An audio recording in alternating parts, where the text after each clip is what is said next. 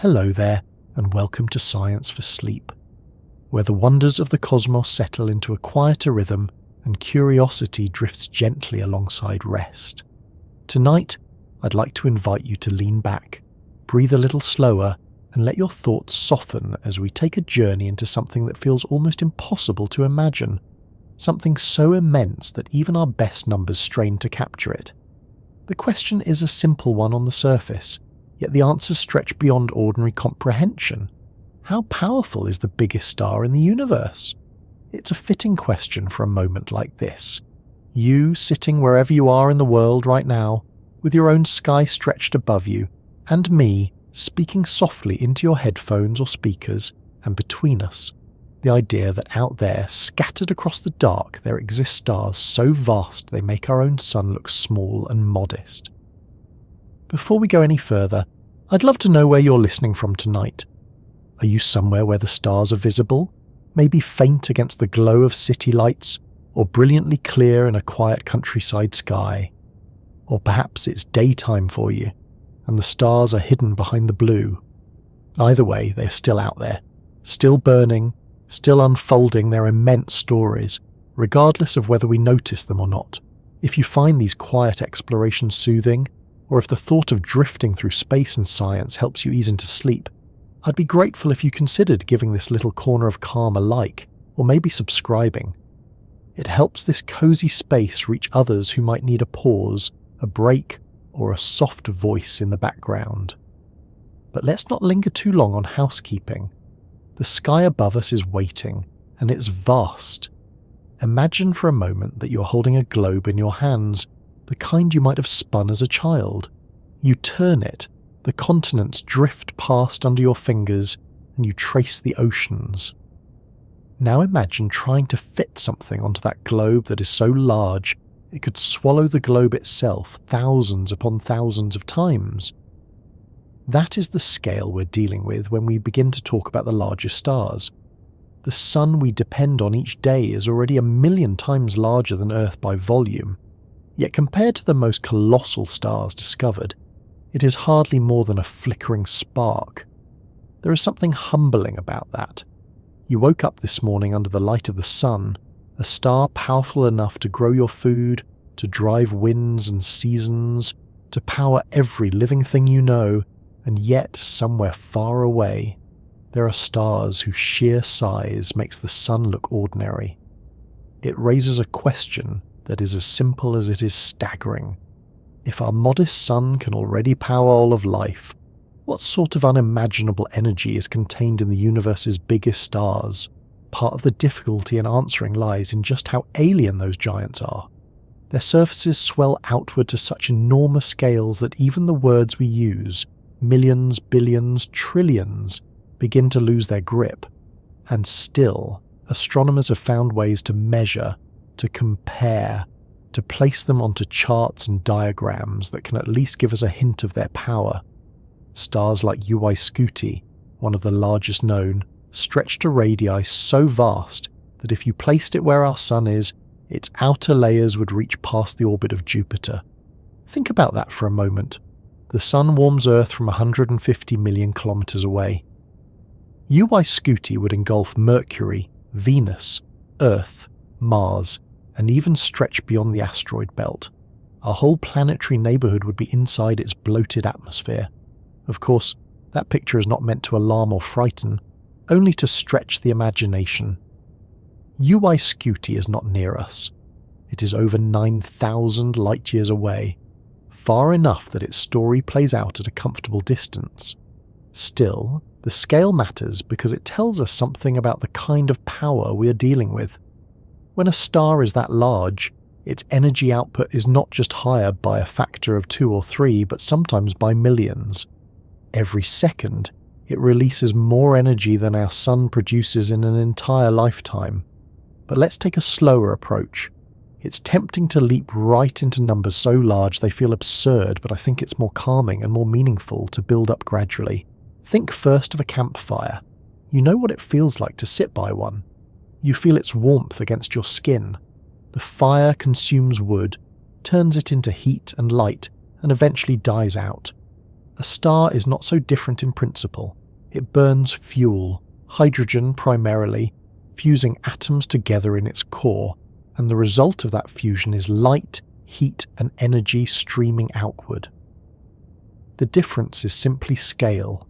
Where a campfire might burn logs, a star burns hundreds of millions of tons of hydrogen every single second. And the larger stars burn through their fuel at an even more ferocious rate, turning unimaginable masses of hydrogen into helium and heavier elements with each tick of time. Astronomers describe this power in terms of luminosity, the total amount of energy a star emits per second. Our Sun has a luminosity defined as one solar unit, a baseline. Some of the larger stars have luminosities not of 2 or 3, but hundreds of thousands, or even millions of times the Sun's. To stand beneath such a star, if it were possible, would be like standing near a fire so bright that it would blind you instantly and sear you from existence. Yet from Earth, even the brightest hypergiants appear as faint specks in the night, their distance softening their glare into the same gentle pinprick as every other star. It's a strange paradox, that something so powerful can seem so small, reduced by distance into a twinkle. That twinkle, though, is enough for astronomers to decode secrets. With careful observation, they can measure how a star's light stretches and shifts, revealing its temperature, its size, and its distance. They can tell how much matter is being expelled in stellar winds, which in the case of the larger stars can be equivalent to losing an entire Earth's worth of material every year. Imagine a star so restless, so powerful, that it sheds mass as if it were brushing dust from its surface, except that dust is billions of tons of plasma rushing out into space at thousands of kilometers per second. And still, even with all that violence, there is a kind of order. The biggest stars are not random explosions of light. They are structured, layered, governed by the balance of gravity pulling inward and fusion pushing outward. That balance is fragile, and the larger the star, the more precarious it becomes, which is why the most massive stars live fast and die young, burning through their fuel in only a few million years. By comparison, our Sun, steady and modest, will last for about 10 billion years. In the language of stars, the giants are like fireworks, brilliant, powerful, but fleeting. Yet for all their brevity, their influence echoes across the universe. When a giant star releases its energy, when it sheds material into space, when it finally explodes in a supernova, the elements forged in its heart scatter outward. Iron, carbon, oxygen, things that will later become planets, oceans, and living beings, are the gifts of those colossal lives. In that sense, the power of the bigger stars is not just about brightness or size, it is about creation. Their power seeds the galaxies with the raw ingredients for life. Without them, we would not be here at all. Even knowing this, even holding the numbers and the science in mind, there's still something almost playful about asking how powerful the biggest star really is. Because no matter how many statistics we list, no matter how precise the data, our minds are not wired to grasp scales so vast. We are creatures of Earth, built to see mountains as large, oceans as immense, and the sun as overwhelming. The leap from that to a star that dwarfs our sun thousands of times over is one that requires not just mathematics, but imagination. And maybe that's the best way to approach it, not as a riddle to solve perfectly, but as an invitation to stretch, to wonder, to let the sheer scale carry us. So here we are, with the question still open before us. We've greeted the sky, we've placed ourselves gently into its enormity, and we've brushed against the edges of what a star can be when it grows to its largest possible size. And now, slowly, quietly, we can begin to wander deeper into the details of what makes such stars expand to such proportions, what sets them apart from the smaller, steadier stars like our own sun, and what kind of lives they lead in the short, fiery spans of their existence. When you tilt your head back and look at the night sky, most of the tiny points you see are stars like our sun, give or take a little in size and brightness. They are familiar, steady, and for the most part modest. The sky, as it presents itself to the human eye, is an even field of dots, some brighter, some fainter, some arranged into constellations we recognise, but all appearing within the same narrow range. It's only when you peer closer, when astronomers gather the faint light in telescopes and measure it carefully, that the illusion begins to unravel. Because hidden in that soft scattering of lights are stars that are not just a little bigger or a little brighter, but so enormous they hardly belong to the same category as our sun. We call them giants, supergiants, and hypergiants. The very words strain to keep up with reality, as if human language had to keep adding syllables in a scramble to describe their size. These are the cosmic behemoths, the sparks in the dark that tip the scales of the universe. They are rare, they are unstable, and they live in ways our sun never could. But they are also, in a very real sense, the engines of creation, scattering elements, sculpting galaxies, and reminding us just how varied stars can be. To begin to imagine one, it helps to think of our sun as a standard measure. The sun is, by definition, one solar mass, one solar radius, and one solar luminosity. We use it as a yardstick. If another star is 2 times the sun's radius, it is twice as wide. If it is 100 times more luminous, it shines 100 times brighter. But when we step into the realm of the giants, these neat multiples explode into extremes. Some giants swell to more than 1,000 times the sun's radius. Picture placing a star like that in the middle of our solar system. Its edge would engulf all the inner planets, sweep past Mars, and threaten to swallow even Jupiter.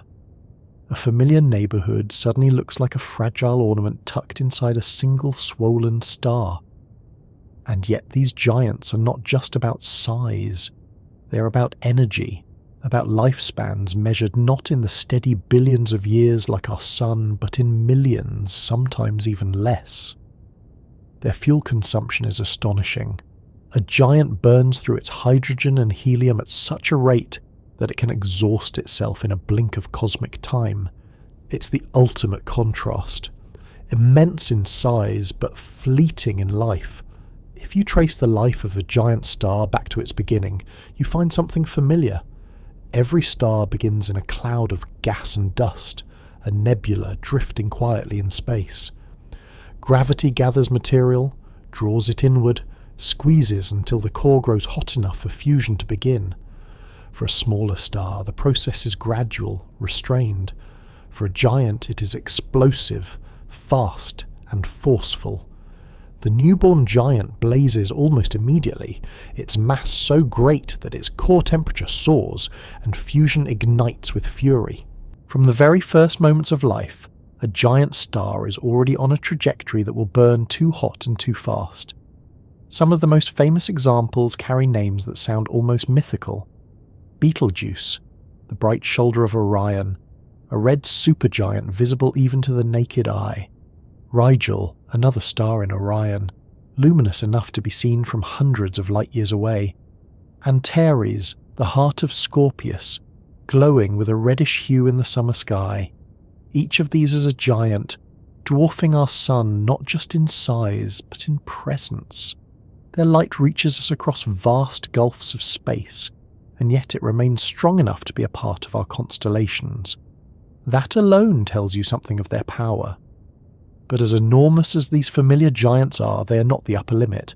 The hypergiants push the boundary further still. Stars like VY Canis Majoris or UY Scuti belong to this rare class, with radii thousands of times that of the Sun.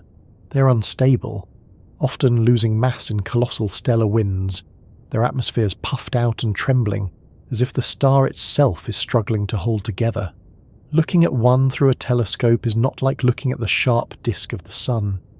Instead, you see a blurry, extended halo of gas and dust, a star that is literally spilling itself into space. To put such a star into perspective, Imagine the sun as the size of a small coin resting in your hand. On that same scale, a hypergiant would be a sphere as large as a house, glowing, trembling, burning through its existence, and yet the density is surprisingly low. Many hypergiants are so distended that their outer layers are tenuous, less dense than air. If you could somehow stand in that atmosphere, not that it would be survivable, you could drift as if through a thin gas, the star itself so bloated that it is almost ghostly. The paradox is striking. A star that is both immense and fragile, both overwhelmingly powerful and precariously unstable. The giants of the cosmos also redefine brightness. Luminosity is not just a matter of size but of surface temperature. A hot star radiates more fiercely than a cool one, even if it is smaller. Many blue supergiants shine tens of thousands of times brighter than the sun, their light pouring out across interstellar space. They are visible from such distances that astronomers can use them to trace the arms of galaxies. Without them, some of the grand spirals we photograph would remain invisible, their structure hidden. These stars act like cosmic beacons, marking the edges and patterns of the universe. It is worth remembering how rare they are. For every giant, there are millions of smaller stars like the Sun, or smaller still, the red dwarfs. The giants make up only a tiny fraction of stellar populations. They are the exception, not the rule. But in their rarity lies their significance. They are the ones that go out in spectacular deaths, scattering elements, driving shock waves, and shaping the galaxies around them. Without the giants, the universe would be quieter, simpler, and perhaps lifeless. Their rarity also makes them precious to astronomers. Studying a giant is like studying a rare specimen in nature, one that cannot be found everywhere, one that offers clues about extremes. The physics inside them is pushed to limits, pressures, temperatures, and densities that test our theories. Each observation of a giant star becomes a kind of laboratory experiment, a way to see how matter behaves under conditions we cannot reproduce on Earth. Think, for example, of the pulsations that ripple through some giants. Their outer layers swell and contract rhythmically, making the star brighten and dim in cycles that can last months or years. These variations are not just curiosities. They tell us about the star's internal structure, about how energy moves from the core to the surface, about how matter behaves when stretched across such scales. To watch a star breathe in and out across years is to glimpse processes that are otherwise hidden. And then there are the stellar winds. Ordinary stars like the Sun emit a solar wind, a stream of charged particles that flows outward in all directions. For giants, these winds become tempests, carrying away mass at astonishing rates. Over time, a giant can shed enough material to alter its evolution, to reshape its own destiny. The space around some giants is filled with shells and arcs of ejected gas, like smoke rings drifting outward from a colossal fire. Through infrared telescopes, these shells glow, marking the history of the star's restless shedding. All of this raises a quiet but profound thought. Somewhere, right now, in the galaxy, there is a giant star living out its short, brilliant life. Its light has been travelling toward us for centuries, perhaps millennia, and when it arrives, we see only a twinkle in the night. But if that star were to suddenly collapse and explode in a supernova, its brightness could rival the full moon, casting shadows on Earth even at midnight. Entire civilizations in the past have recorded such events. Stars that suddenly appeared in the sky, brighter than any planet visible in daylight. They were witnessing the death throes of giants. And long after the light faded, the elements forged in that explosion continued their journey, drifting through space, waiting to become part of something new. The giants of the cosmos are not gentle companions like our sun. They are dramatic, unstable, prone to extremes. Yet they are also necessary. Without them, galaxies would be less dynamic, less enriched, less capable of producing the complexity needed for life. In their violence, they create. In their brief lives, they leave legacies that last billions of years. And so, when we speak of the biggest star in the universe, we are not just asking about numbers. We are asking about a class of stars that defy scale, that stand apart from the ordinary, that push physics to its boundaries. They are sparks in the dark, but sparks so immense they illuminate the very structure of the cosmos. To follow their stories is to glimpse the grandest expressions of what a star can be. When we use the word big, it usually feels straightforward. A big tree is taller than the one beside it. A big mountain looms above the valley below. A big wave is the one that rises higher than the rest.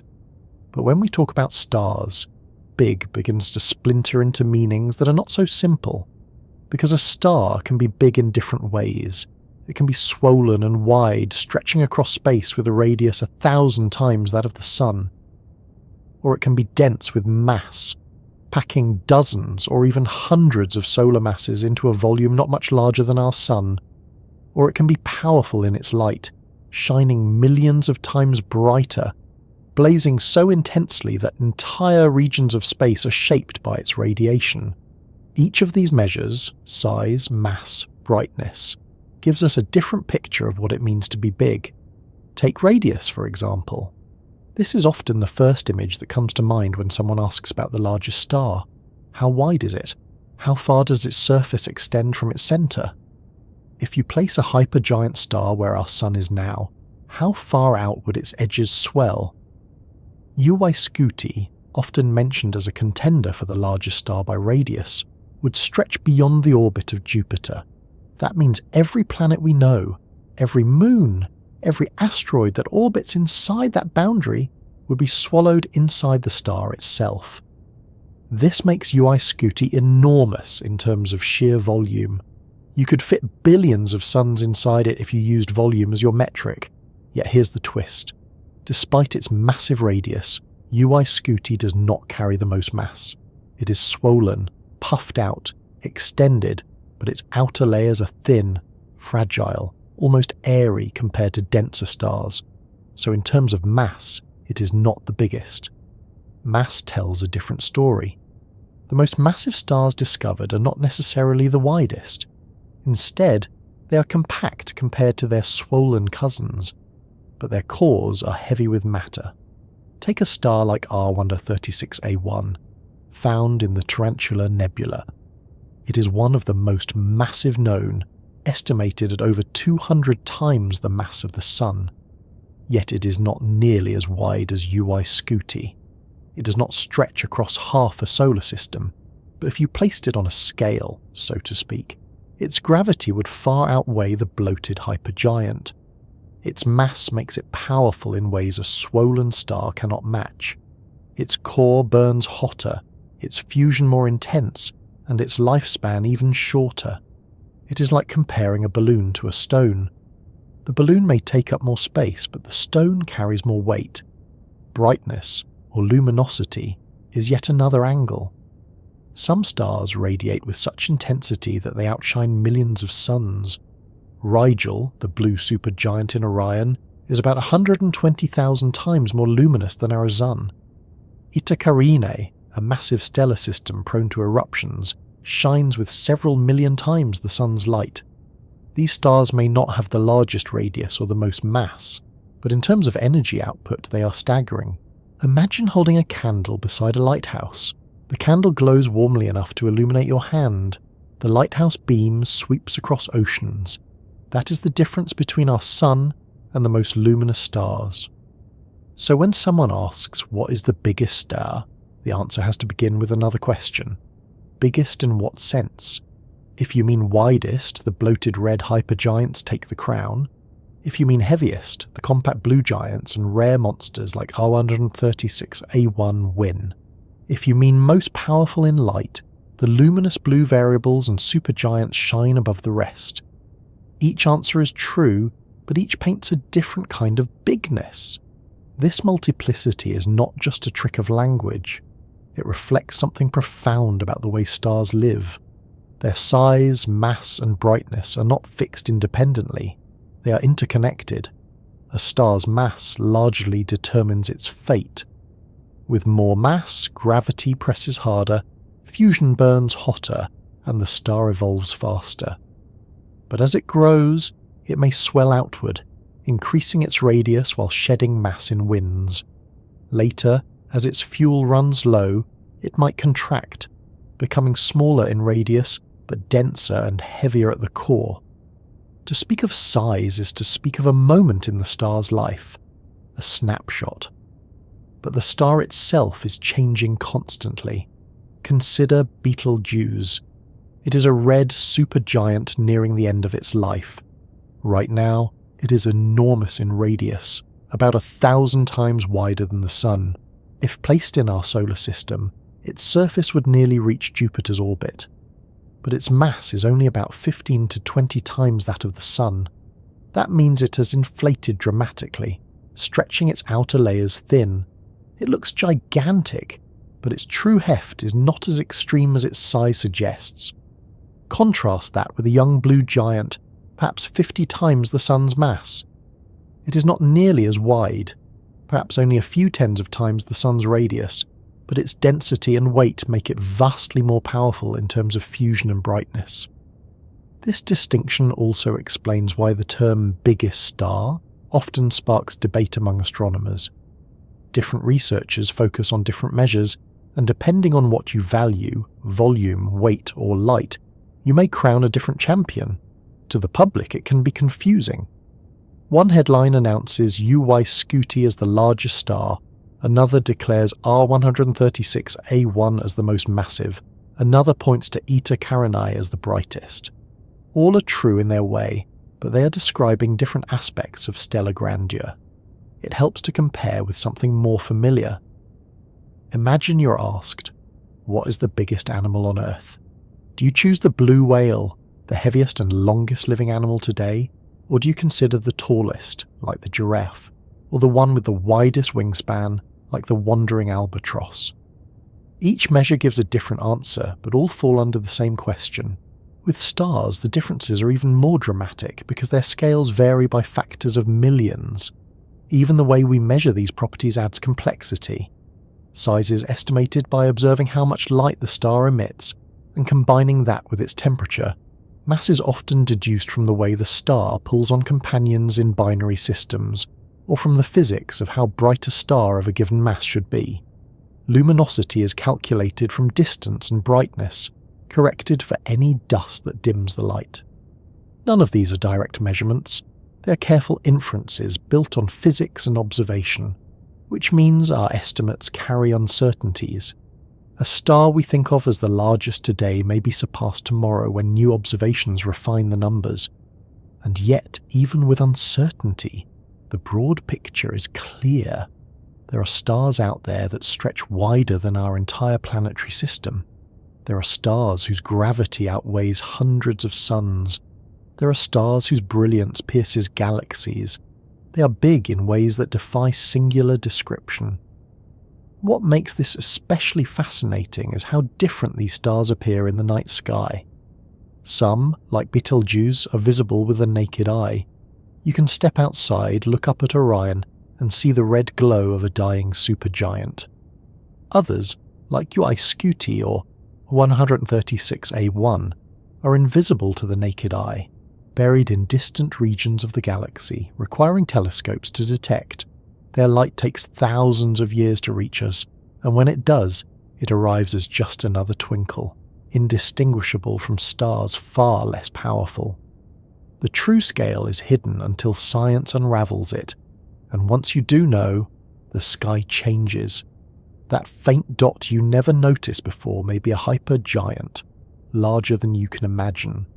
That bright star you thought ordinary may be a powerhouse tens of thousands of times more luminous than the sun. The night becomes layered with meaning. Behind each point of light lies a story of scale. So when we ask what makes a star big, the answer is not just scientific, it is also about perspective. From Earth, every star looks small. They are all pinpoints, no matter how massive, no matter how wide, no matter how bright.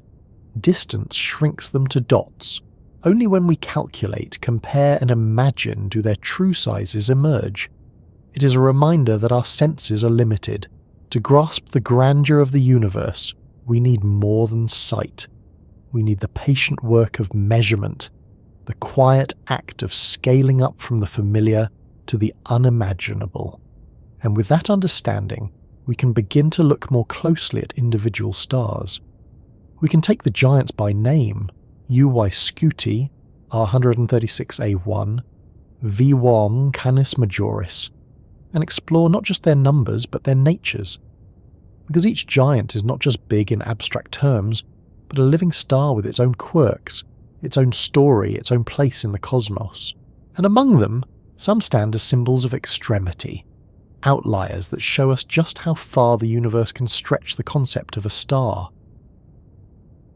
If you were to ask astronomers today which single star deserves the crown for sheer size, the name that often comes up is UY Scuti. It is not the brightest star in our sky. It is not even visible to the naked eye. If you stepped outside right now and looked up, you would never pick it out.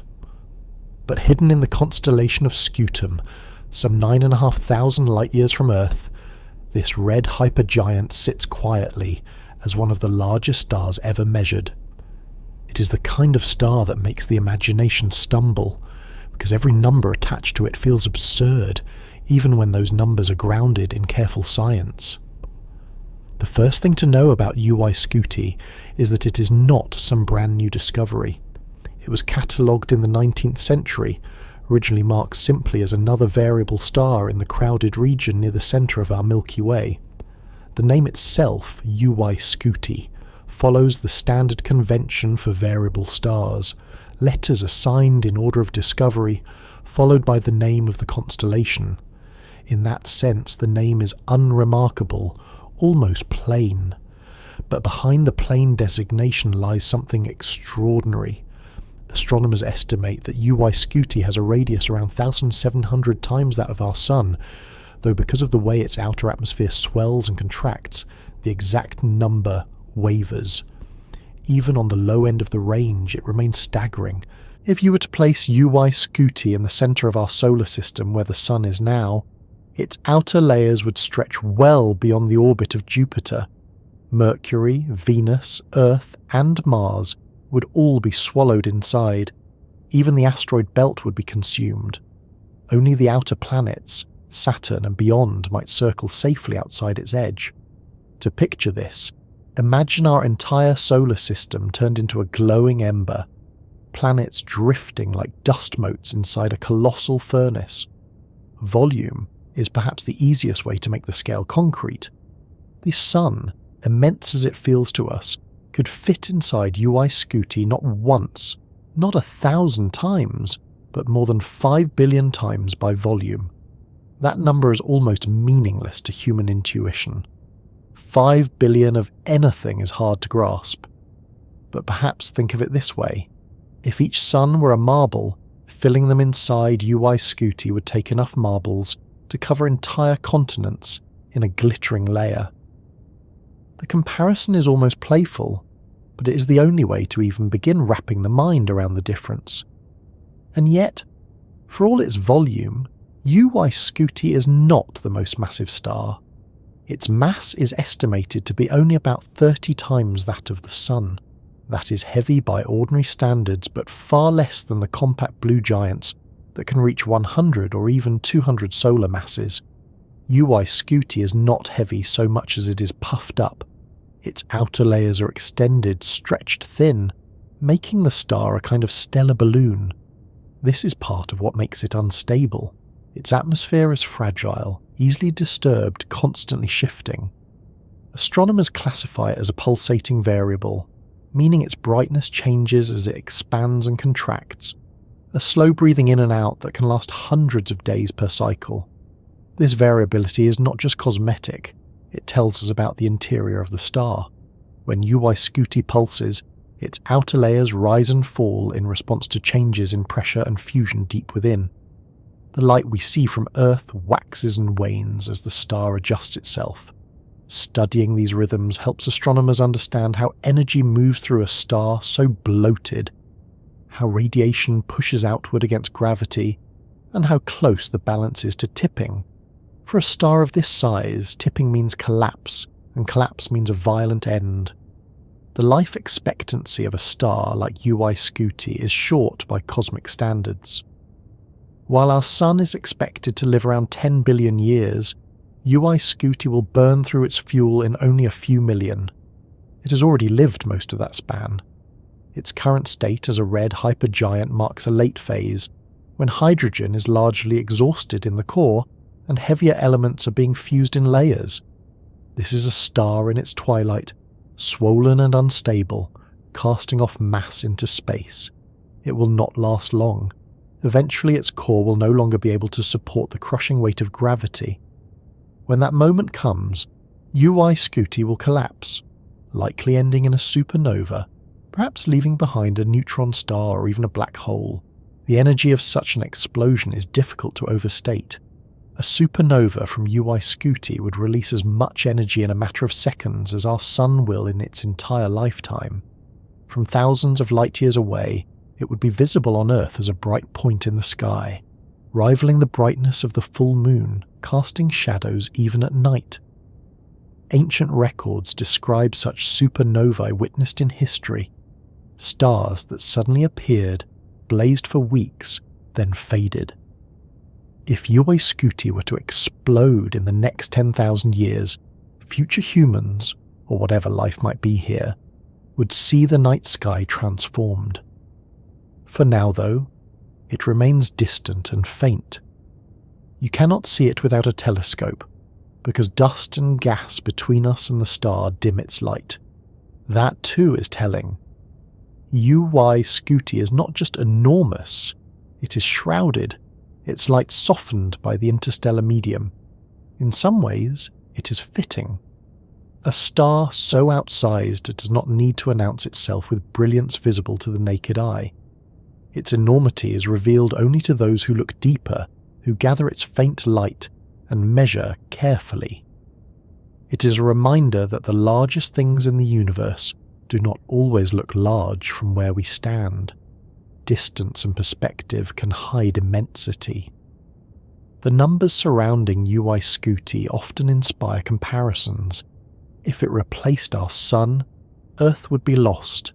If it were a campfire, it would be so large you could walk for days and never reach the edge. If it were hollow, you could fit billions of Earths inside it with room to spare.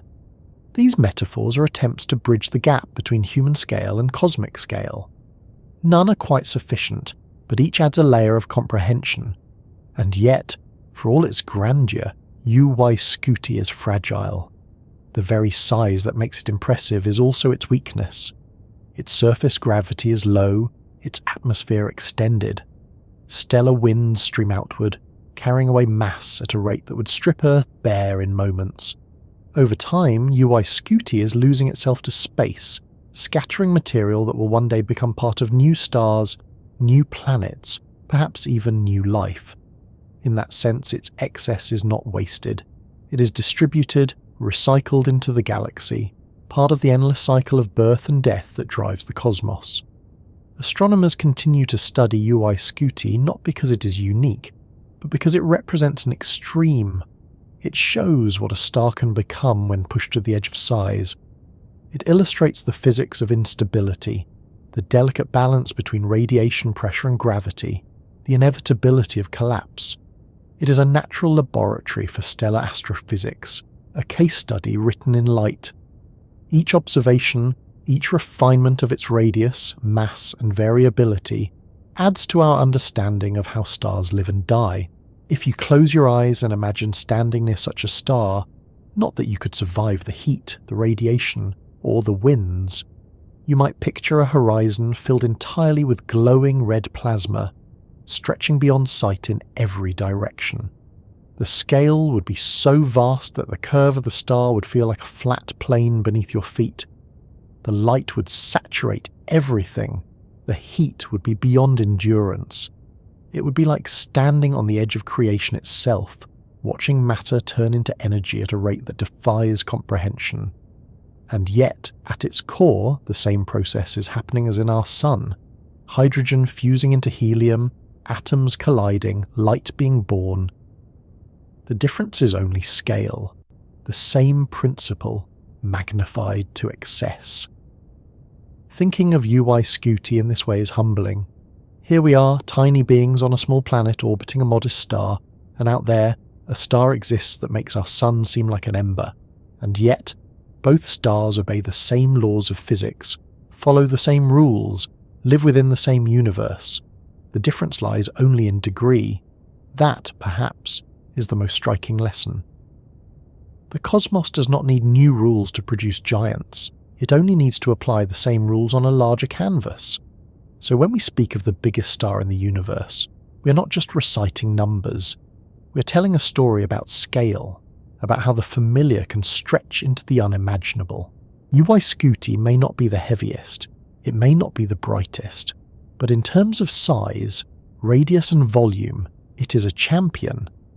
It defies scale not because we cannot measure it, but because even when we do, the numbers strain against human imagination. And as we let the thought of UY Scuti settle, glowing quietly in scutum, breathing slowly in and out, we can begin to wonder about the tools we use to measure such things. How do astronomers, looking across thousands of light years through clouds of dust and interference, manage to calculate the size of a star that dwarfs everything we know? When you first hear that a star is 1,000 times wider than the sun, or weighs hundreds of times more, it might sound like someone simply put it on a cosmic scale and read the result. But of course, no one is out there holding a ruler up to UY Scuti or putting R136A1 on a giant balance. Every number we know about the bigger stars comes from careful, patient inference. Astronomers do not measure directly. They observe, they compare, and they calculate. Measuring the unmeasurable is one of science's quiet triumphs, and nowhere is that clearer than in the study of stars. The first tool astronomers rely on is light. Light is the messenger, travelling across space for thousands, sometimes millions of years, carrying with it information about its source. A star does not just shine uniformly. Its light carries fingerprints, subtle patterns imprinted by the elements inside it.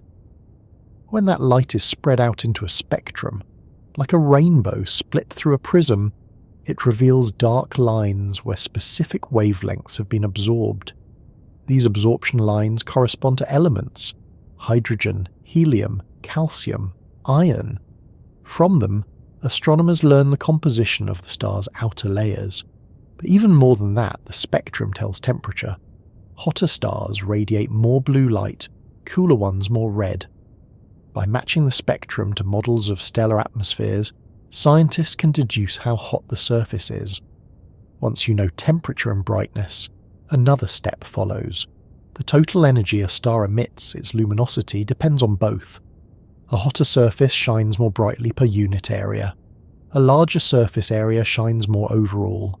So by comparing the observed brightness of a star to its intrinsic temperature, astronomers can estimate its size. This is how stars like UY Scuti earn their colossal radii. The light we receive is faint because of distance, but once corrected for how far away it is and how cool or hot it appears, the implied surface area is immense.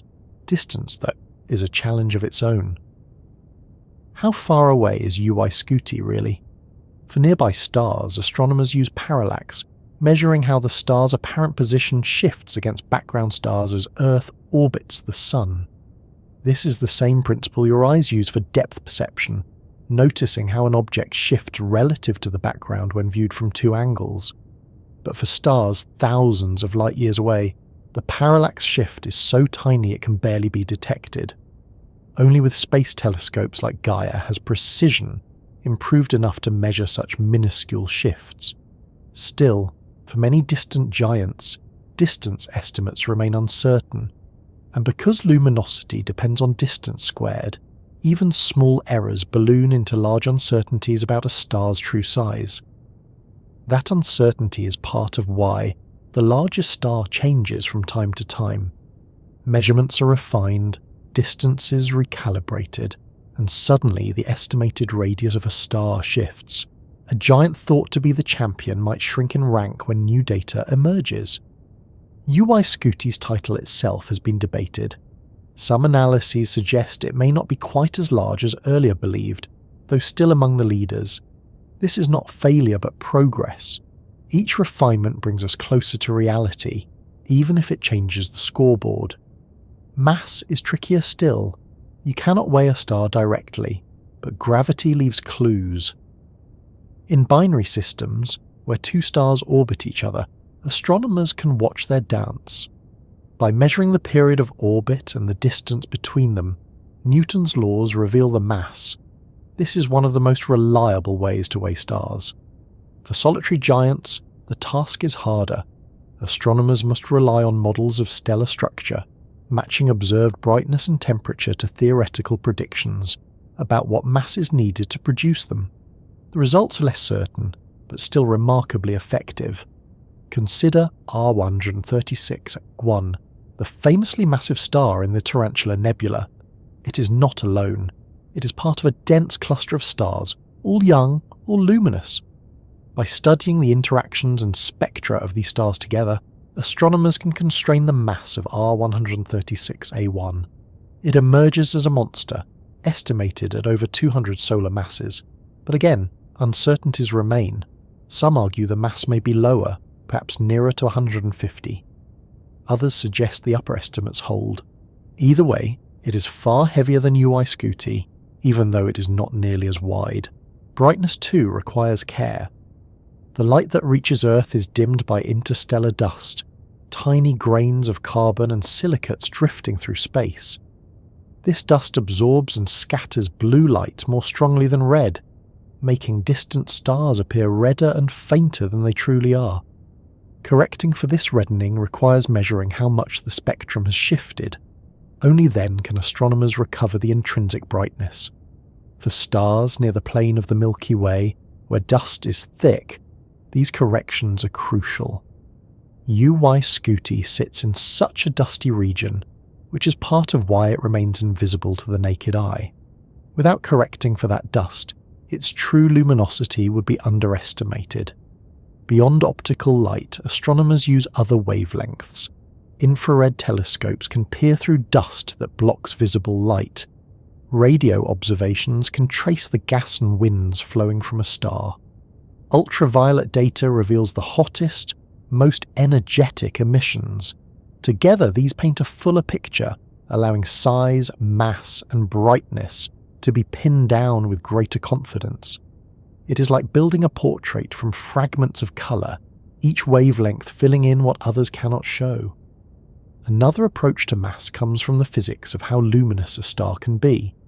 There is a theoretical limit, called the Eddington limit, which sets the maximum brightness a star of a given mass can sustain before radiation pressure pushes matter away faster than gravity can hold it.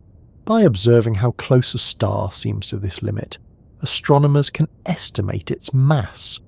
If a star shines with 10 times the luminosity expected for its mass, something must be wrong. Either the mass is underestimated or the luminosity overestimated. Reconciling these numbers is part of the puzzle. It is worth pausing to appreciate how extraordinary this is. From thousands of light years away, astronomers can determine the size of a star, the weight of its core, the speed of its winds, the cycle of its pulsations. They cannot touch it, cannot orbit it, cannot drop instruments into it. All they have is light. Yet light, with enough patience and physics, reveals nearly everything. Of course, uncertainty never vanishes.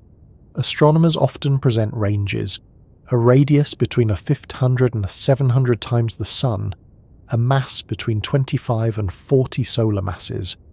But even those ranges represent an astonishing narrowing of possibilities. To pin down the traits of something so distant, so unstable, so immense, is an achievement built on centuries of effort, from the first catalogues of stars to modern space telescopes. The act of measuring also shapes how we imagine. Before distance measurements were precise, stars were assumed to be like the Sun, only farther. It took parallax to prove that stars differ dramatically in intrinsic brightness. Before spectroscopy, stars were just coloured dots. It took the splitting of light to reveal their temperatures and compositions. Before binary orbits were tracked, mass was an unknown. Each new tool deepened the picture, each step refining our sense of what biggest truly means. And as with all science, humility remains. Scuti may or may not be the largest star by radius. R136A1 may or may not hold the crown for mass. New data might dethrone them, might reveal even larger giants hidden by dust or distance. What we call the biggest today is only the biggest we have measured so far. The universe may have surprises still waiting, stars so immense they make Scuti look modest. If they exist, they are hidden behind the veil of distance and obscuration, awaiting instruments sensitive enough to find them. In that way, measuring the unmeasurable is not just about numbers. It is about the frontier between what we know and what we might still discover. Every estimate carries a reminder. This is as far as we can see now, but beyond lies more. And that perhaps is the most comforting truth. The universe is never finished giving us puzzles. So when we read that Scuti is 1/700 times the radius of the Sun, or that R136A1 weighs 200 solar masses, we are not reading absolute certainties. We are reading the best understanding of the moment, the product of light gathered across time and space, sifted through equations, corrected for dust, refined by models. They are approximations, but approximations so remarkable that they let us hold immensity in mind. And with those numbers in place, with size and mass and brightness sketched into view, we can turn to the next question. What does that power actually mean? How much light does a giant star shed? How does its glow compare to our Sun, to the entire galaxy, to the boundaries of our imagination? Light has always been one of the most fundamental ways we know a star. Before anyone measured parallax, before telescopes split spectra into rainbows, before we had the language of fusion or luminosity, people simply looked up and noticed brightness. Some stars twinkled faintly, others burned so brightly they became landmarks in the sky, guiding travellers and shaping myths. Even without knowing why, brightness was the clue that some stars were not like the others, and yet, what the eye sees is only the beginning. A star can look bright because it is close, like Sirius, the dog star, which outshines all others in the night sky not because it is the most powerful, but because it happens to be one of the nearest. Another star can look faint because it is far away, even if it is millions of times more luminous than Sirius. Distance disguises power. Dust dims it further. The glow we see is often a softened echo of the true brilliance. When astronomers talk about luminosity, they mean the total energy a star emits every second in all directions. It is not just how bright it looks to us, but how much light it actually produces, measured across the entire electromagnetic spectrum, from invisible radio waves to blinding gamma rays. It is the real output, the raw furnace of a star's core translated into radiation. And when we compare stars in this way, the difference between our Sun and the giants becomes staggering. Our Sun, by definition, has a luminosity of 1 solar unit. That is about 3.8 10^26 watts. To put that in perspective, it is the equivalent of 10 billion nuclear bombs exploding every second. That is the steady power we live under, the gentle warmth that drives weather and fuels photosynthesis. It feels immense, and it is. Yet compared to the giants, it is modest. A typical red supergiant like Betelgeuse emits around 100,000 times the Sun's luminosity. A blue supergiant like Rigel radiates more than 100,000 times as well, concentrated in hotter, bluer light. The most luminous known stars like Eta Carinae or R136A1 shine with several million times the Sun's brightness. Imagine multiplying those 10 billion nuclear bombs per second by millions. That is the scale of light we are speaking of. One way to appreciate this is to imagine sitting at different distances from such a star. If Earth orbited a supergiant instead of the Sun, it would not survive. The oceans would boil away instantly. The crust would melt, the atmosphere would be stripped. Even at distances where Pluto orbits, the heat and radiation would be lethal. To find a habitable zone around a hypergiant, you would need to orbit so far away that the star itself would appear as large as the Sun does in our sky, even from billions of kilometers. The balance between distance and brightness shifts dramatically. But even this thought experiment has limits, because hypergiants are not stable enough to host planetary systems for long. Their luminosity is tied to their short lifespans. They burn through their fuel so quickly that no planet could count on a steady climate for billions of years. The very brilliance that makes them spectacular also makes them inhospitable. The glow of giants is not just powerful, it is influential. A single hypergiant can dominate its region of space. Its radiation ionizes nearby gas, stripping electrons from atoms, creating glowing nebulae that stretch for light years. Its stellar winds push material outward, sculpting clouds into arcs and cavities. Its brightness provides navigation beacons even for astronomers across galaxies. In some cases, these stars are so luminous that they can be seen in neighbouring galaxies with modest telescopes, their glow outshining clusters of smaller stars combined. Consider Eta Carinae, one of the most luminous stars in our galaxy. In the 19th century, it underwent a massive eruption, brightening so much that it became the second brightest star in the sky for a time. For years, people could see it without difficulty, even though it is over 7,000 light-years away. The amount of energy released in that eruption alone was equivalent to our Sun's entire lifetime output. And yet Eta Carinae survived, dimmed again, and continues to glow today. That glow is not steady. It is restless, unpredictable, flickering with the turbulence of an unstable giant. The colour of a giant's glow tells another story. Red supergiants, cool at their swollen surfaces, emit most of their light in the red and infrared part of the spectrum. They look ruddy to the eye, sometimes orange, sometimes almost blood red. Blue giants, burning hotter, emit light more in the blue and ultraviolet. To the eye they look icy white or electric blue. But beyond what we can see, their ultraviolet output is tremendous, bathing nearby space in invisible radiation that shapes the chemistry of entire regions. This distinction between red and blue is more than cosmetic. It reflects the life stage of the star. Giants that have swelled into red are nearing their ends, their outer layers expanded, their cores fusing heavier elements. Blue giants are younger, still burning hydrogen or just beginning to fuse helium, their cores hotter and more compressed. The glow tells you not just how bright the star is, but where it is in its journey. Astronomers measure luminosity in solar units because the raw numbers are too large for daily use. Saying a star radiates 10 million times the energy of the Sun is easier to grasp than reciting 3.1033 watts.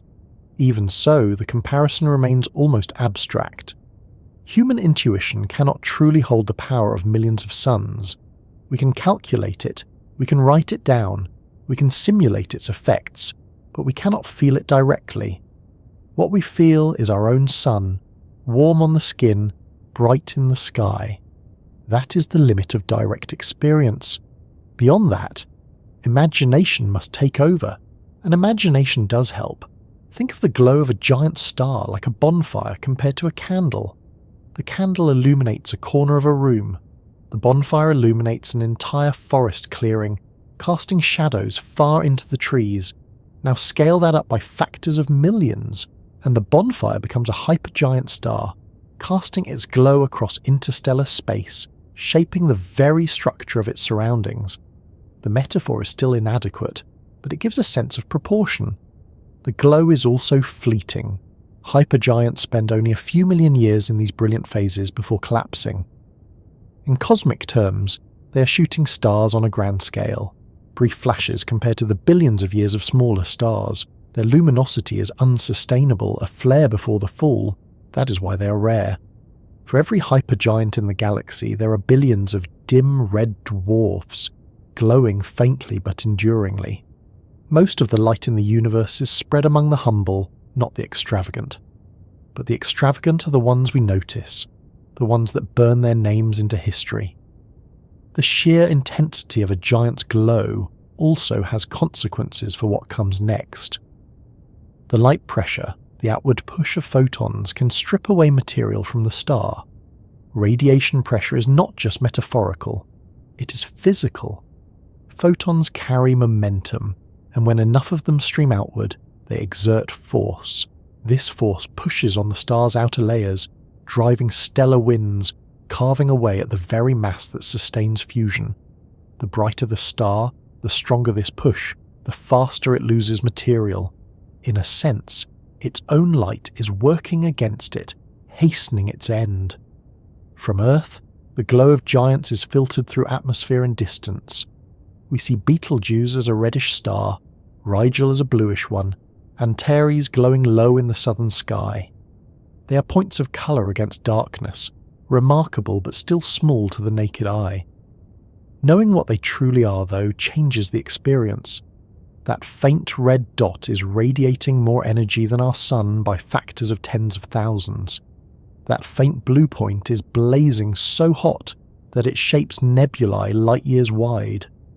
What looks like a star among stars is in truth a titan among embers. The glow of giants is not just a spectacle, it is also a gift. The radiation they release includes photons energetic enough to trigger chemical reactions in nearby gas clouds. These reactions can spark the collapse of material into new stars. In this way, the brilliance of one generation seeds the next. The glow becomes the midwife of new suns, ensuring the cycle of stellar birth continues. Without the luminous push of giants, the galaxy would be slower, quieter, less fertile. There is also the question of what happens when the glow stops. When a giant collapses, its luminosity plummets. In its place might be a neutron star radiating in pulses, or a black hole dark and silent. The transition from radiance to darkness is abrupt. A star that outshines millions can disappear in an instant, leaving only an echo in the form of an expanding shell of gas. But even in that silence, the light it released across its lifetime continues to travel. Photons that left Betelgeuse centuries ago are still streaming through space, some just now reaching our eyes. The glow of giants, once unleashed, does not vanish immediately. It lingers, it travels, it carries the story forward. So when we ask how powerful the biggest star is, luminosity is one of the clearest answers. Power is light, light is energy, and giants release energy at rates beyond comprehension. Their glow is not just beyond imagination in scale, but beyond it in consequence. It shapes space, it shapes time, it shapes the very possibility of life. The glow is not just a number, it is a force, one that reaches across gulfs of emptiness to touch us, however faintly, here on a small planet orbiting a modest star. What if somehow our sun were replaced by such a giant? What would it be like to live beneath the light of a hypergiant? To feel its glow not from afar but from within our own sky? Imagine, just for a moment, that the sun we know so well is suddenly gone, and in its place stands one of the giants. Perhaps Scuti, perhaps Betelgeuse, perhaps a massive blue supergiant blazing with ultraviolet light.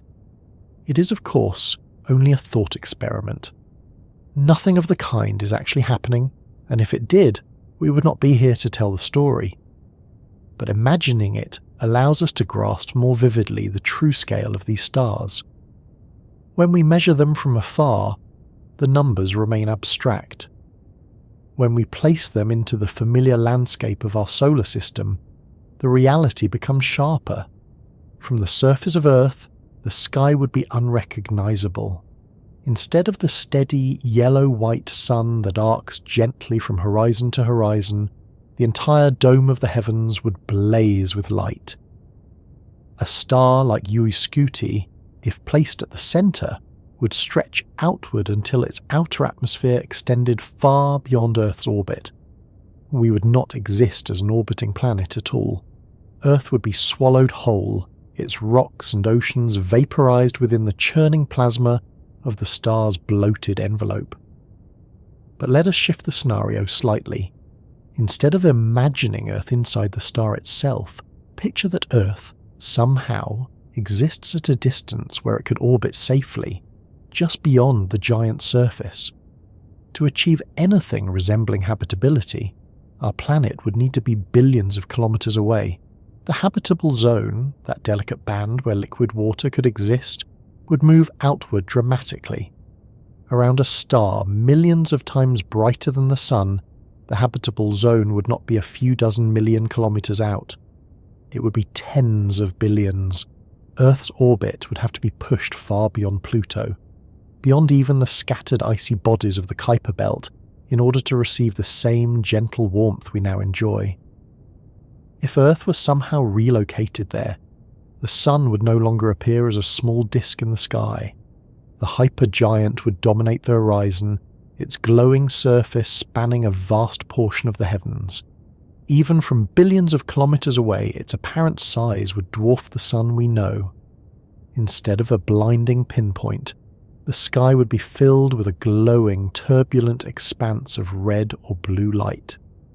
Clouds of plasma, convective cells larger than Earth itself, would drift visibly across the surface, like storm systems the size of planets. Watching the sky would no longer mean tracking a tiny golden circle. It would mean living under a ceiling of fire. The light itself would feel different. Around a red hypergiant, the glow would be deep, ruddy, saturated in orange and infrared. Shadows would stretch long and soft, painted in crimson tones. Around a blue supergiant, the light would be harsh and icy, rich in ultraviolet that our eyes cannot see, but our skin would feel instantly. Plants, if any could exist, would need to evolve under entirely different conditions, absorbing different wavelengths, adapting to the intensity. Our biology, tuned to the stable sunlight of a yellow dwarf, would not recognize this radiance as home. Radiation would be the first and greatest danger. Hypergiants emit torrents of ultraviolet and even X-rays. The Earth's magnetic field and atmosphere, so effective at shielding us from the sun's modest wind, would be overwhelmed. The air would ionize. The oceans would glow with ultraviolet fluorescence before boiling away. No biosphere as we know it could survive. The very fabric of the planet would be scorched. Even if we look past habitability, the gravitational influence would remake our solar system. The mass of a hypergiant might be dozens of times that of the Sun. Or it might be less than we imagine, since red hypergiants, despite their volume, are not especially dense. But in either case, orbital distances and planetary paths would shift. Gas giants might be destabilized, asteroids could be ejected. The fragile architecture of our solar neighborhood would dissolve under the tug of a star so alien. Time itself would feel different, in a metaphorical sense. Our sun rises and sets with a rhythm that defines life. A hypergiant, unstable and variable, would not provide the same constancy. Its brightness would swell and fade over months or years. Seasons would no longer be tied to the tilt of Earth's axis, but to the breathing of the star itself. One year it might blaze hotter, the next cooler, each change altering the balance of radiation across its domain. For any imagined observers, time would be measured not in hours and days, but in the restless cycles of the giant overhead. And then there is the question of lifespan.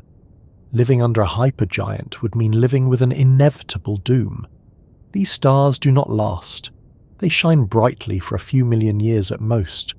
If our sun were replaced by such a star, we would inherit a future counted not in billions of years, but in millions. From the very start, the countdown to supernova would already be ticking. The sky might be brilliant, but it would also be haunted by the knowledge that the brilliance could end in an explosion powerful enough to sterilize everything in sight. To make the vision more tangible, imagine the final moment. One day, after millions of years of unstable burning, the core collapses.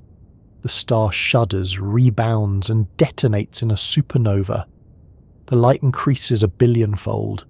For days, even weeks, the sky is brighter than the full moon, perhaps even visible in daylight.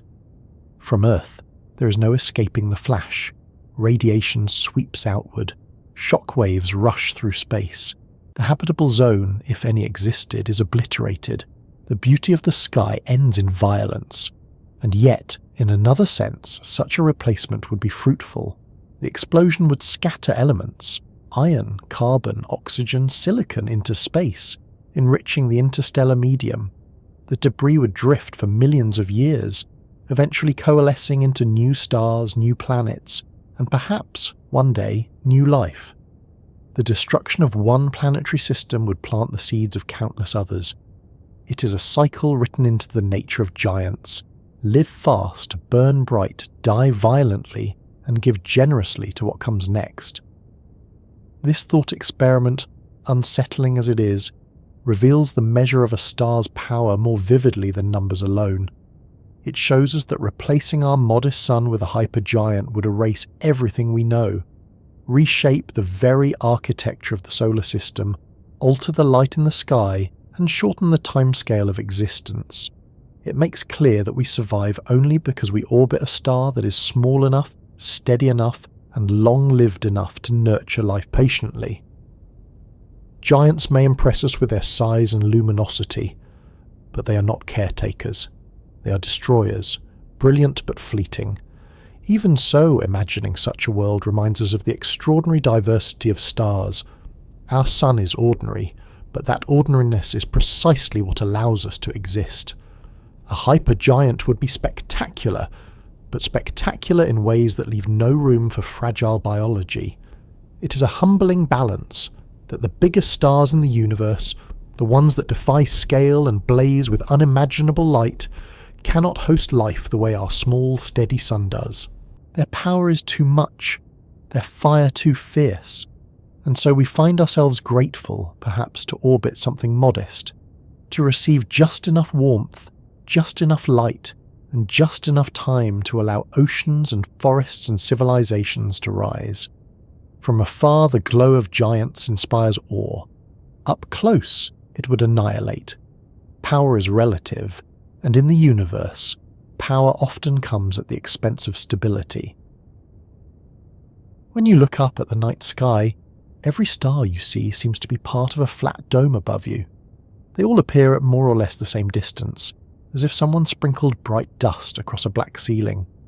The brightest stand out, the faintest fade to the edges, but the depth is hidden. Your eyes and brain are not built to perceive how far each one really is. The sky feels immediate, intimate, close enough that you could almost reach out and touch the dots. Yet those dots are scattered across unimaginable gulfs of space. Some of the brighter ones are only a few light years away, others hundreds, and still others thousands. The distances are so enormous that no human sense can truly comprehend them. This is why a star like Scuti, one of the largest ever measured, is invisible without a telescope. It sits about 9,500 light-years away, far beyond the range of human sight, tucked into a region of the Milky Way rich with dust and gas. Its light, already dim by distance, is further muted by the material between. By the time it arrives at Earth, it is faint, almost lost among the crowd. In contrast, Sirius, just 8.6 light-years away, shines brilliantly as the brightest star in our sky. It is bright not because it is the most powerful, but because it is close. The paradox is that the truly enormous stars often feel far less impressive to our eyes than the modest ones that happen to be nearby. To put distance into perspective, consider light itself. Light travels at about 300,000 kilometers per second. In a single second, it could circle Earth more than 7 times. Yet even at that speed, it takes over 8 minutes for sunlight to reach us. That means when you look at the sun, you are seeing it not as it is now, but as it was 8 minutes ago. For the nearest star beyond the sun, Proxima Centauri, the light takes over 4 years to arrive. For Scuti, it is nearly 10,000 years. The photons entering your eyes tonight left that star when human civilization was still in its earlier stages, long before the rise of cities, long before writing. Every glance into the night is a glance into history. This delay creates a strange intimacy. You see the star as it was, not as it is, and yet the connection feels immediate. The light touches you directly, carrying the memory of a place across thousands of years of emptiness. In that sense, even distant stars feel close.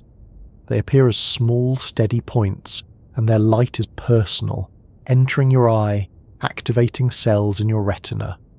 You feel their presence as if they are neighbours. But in reality, the distances are so vast that if you travelled at the speed of a commercial airplane, it would take millions of years to reach even the closest one. Astronomers deal with this challenge by inventing units to make distances more manageable. A light year is one. A parsec, equal to about 3.26 light years, is another. These units are shorthand, ways of handling the immensity, but for the rest of us, the scale remains slippery. You can say Ui Scuti is 9,500 light years away, but what does that mean to the human mind? You can compare it to the sun's distance, but the ratio, 63 trillion times farther, is so large that it becomes abstract. The numbers inform, but they do not settle into intuition. And yet distance is not just an obstacle. It is part of what allows us to see the universe at all. If stars were closer, their light would overwhelm us. The night sky would be filled with blinding fire.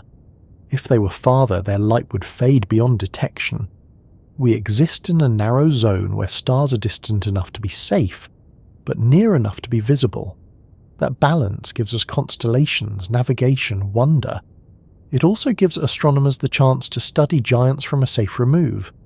Ui Scuti may be unimaginably bright, but from 9,500 light years away it is harmless.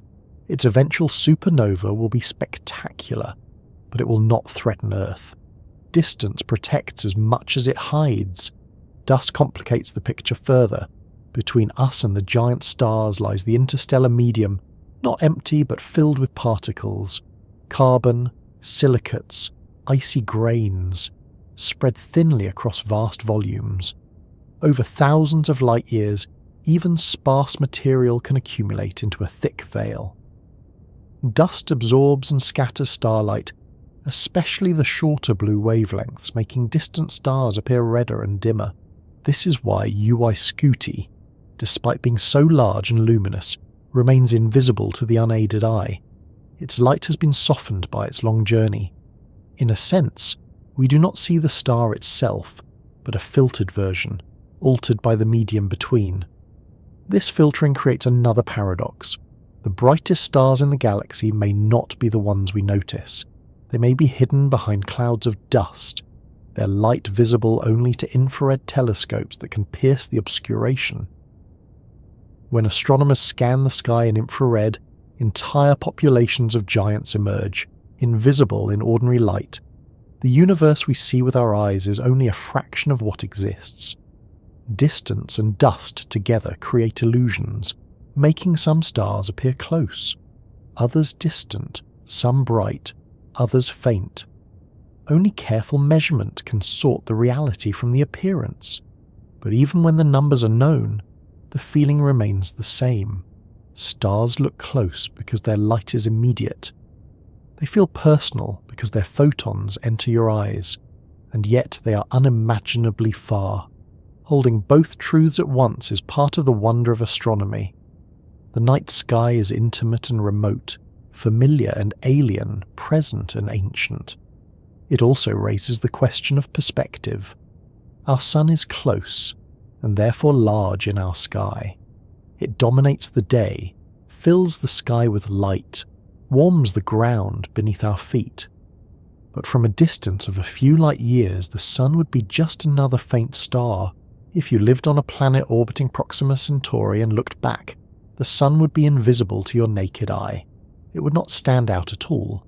The star that sustains us completely would look ordinary, unremarkable, just one point among billions. This is the mirror of what happens with giants. To us they are faint specks. To any planets orbiting them, they would be overwhelming, dominating their skies. What is bright and what is faint depends on where you stand. Thinking about this helps us understand the scale of the universe not just with numbers, but with perspective. The reason big stars feel close yet distant is not a contradiction. It is the nature of light.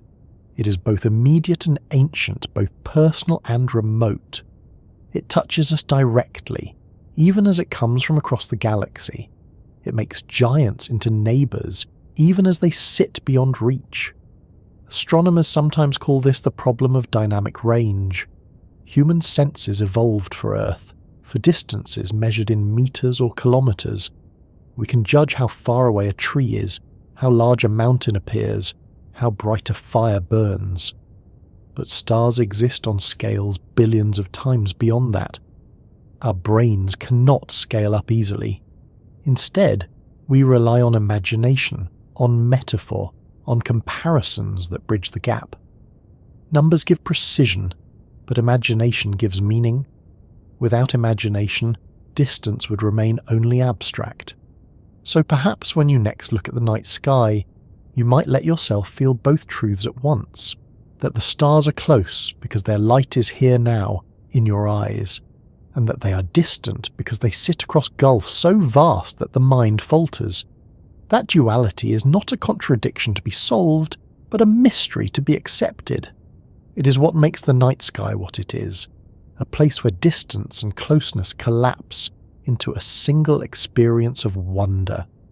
And as we settle into that thought, as we rest with the strange intimacy of light crossing distance, we can begin to wonder about the daily lives of the stars themselves. If they seem close yet far to us, what is it like within their own existence? What would it mean to imagine the rhythm of their days, the processes inside them, the cycles of energy that unfold every moment? If you picture the life of a star, it might seem strange to think of it having days. A star does not rise and set where it lives. It does not experience the passage of time in the way we do, divided by the spin of a planet beneath it. And yet, if you imagine standing at some safe distance from a supergiant, watching it steadily, you might begin to see that it does, in its own way, have rhythms. Not days as we count them, but cycles, pulses, and processes that unfold constantly, creating a kind of stellar routine. On its surface, a supergiant is anything but calm. What looks like a glowing disk from afar is, up close, a boiling expanse of plasma. Immense convection cells churn slowly, each one so large it could engulf Earth.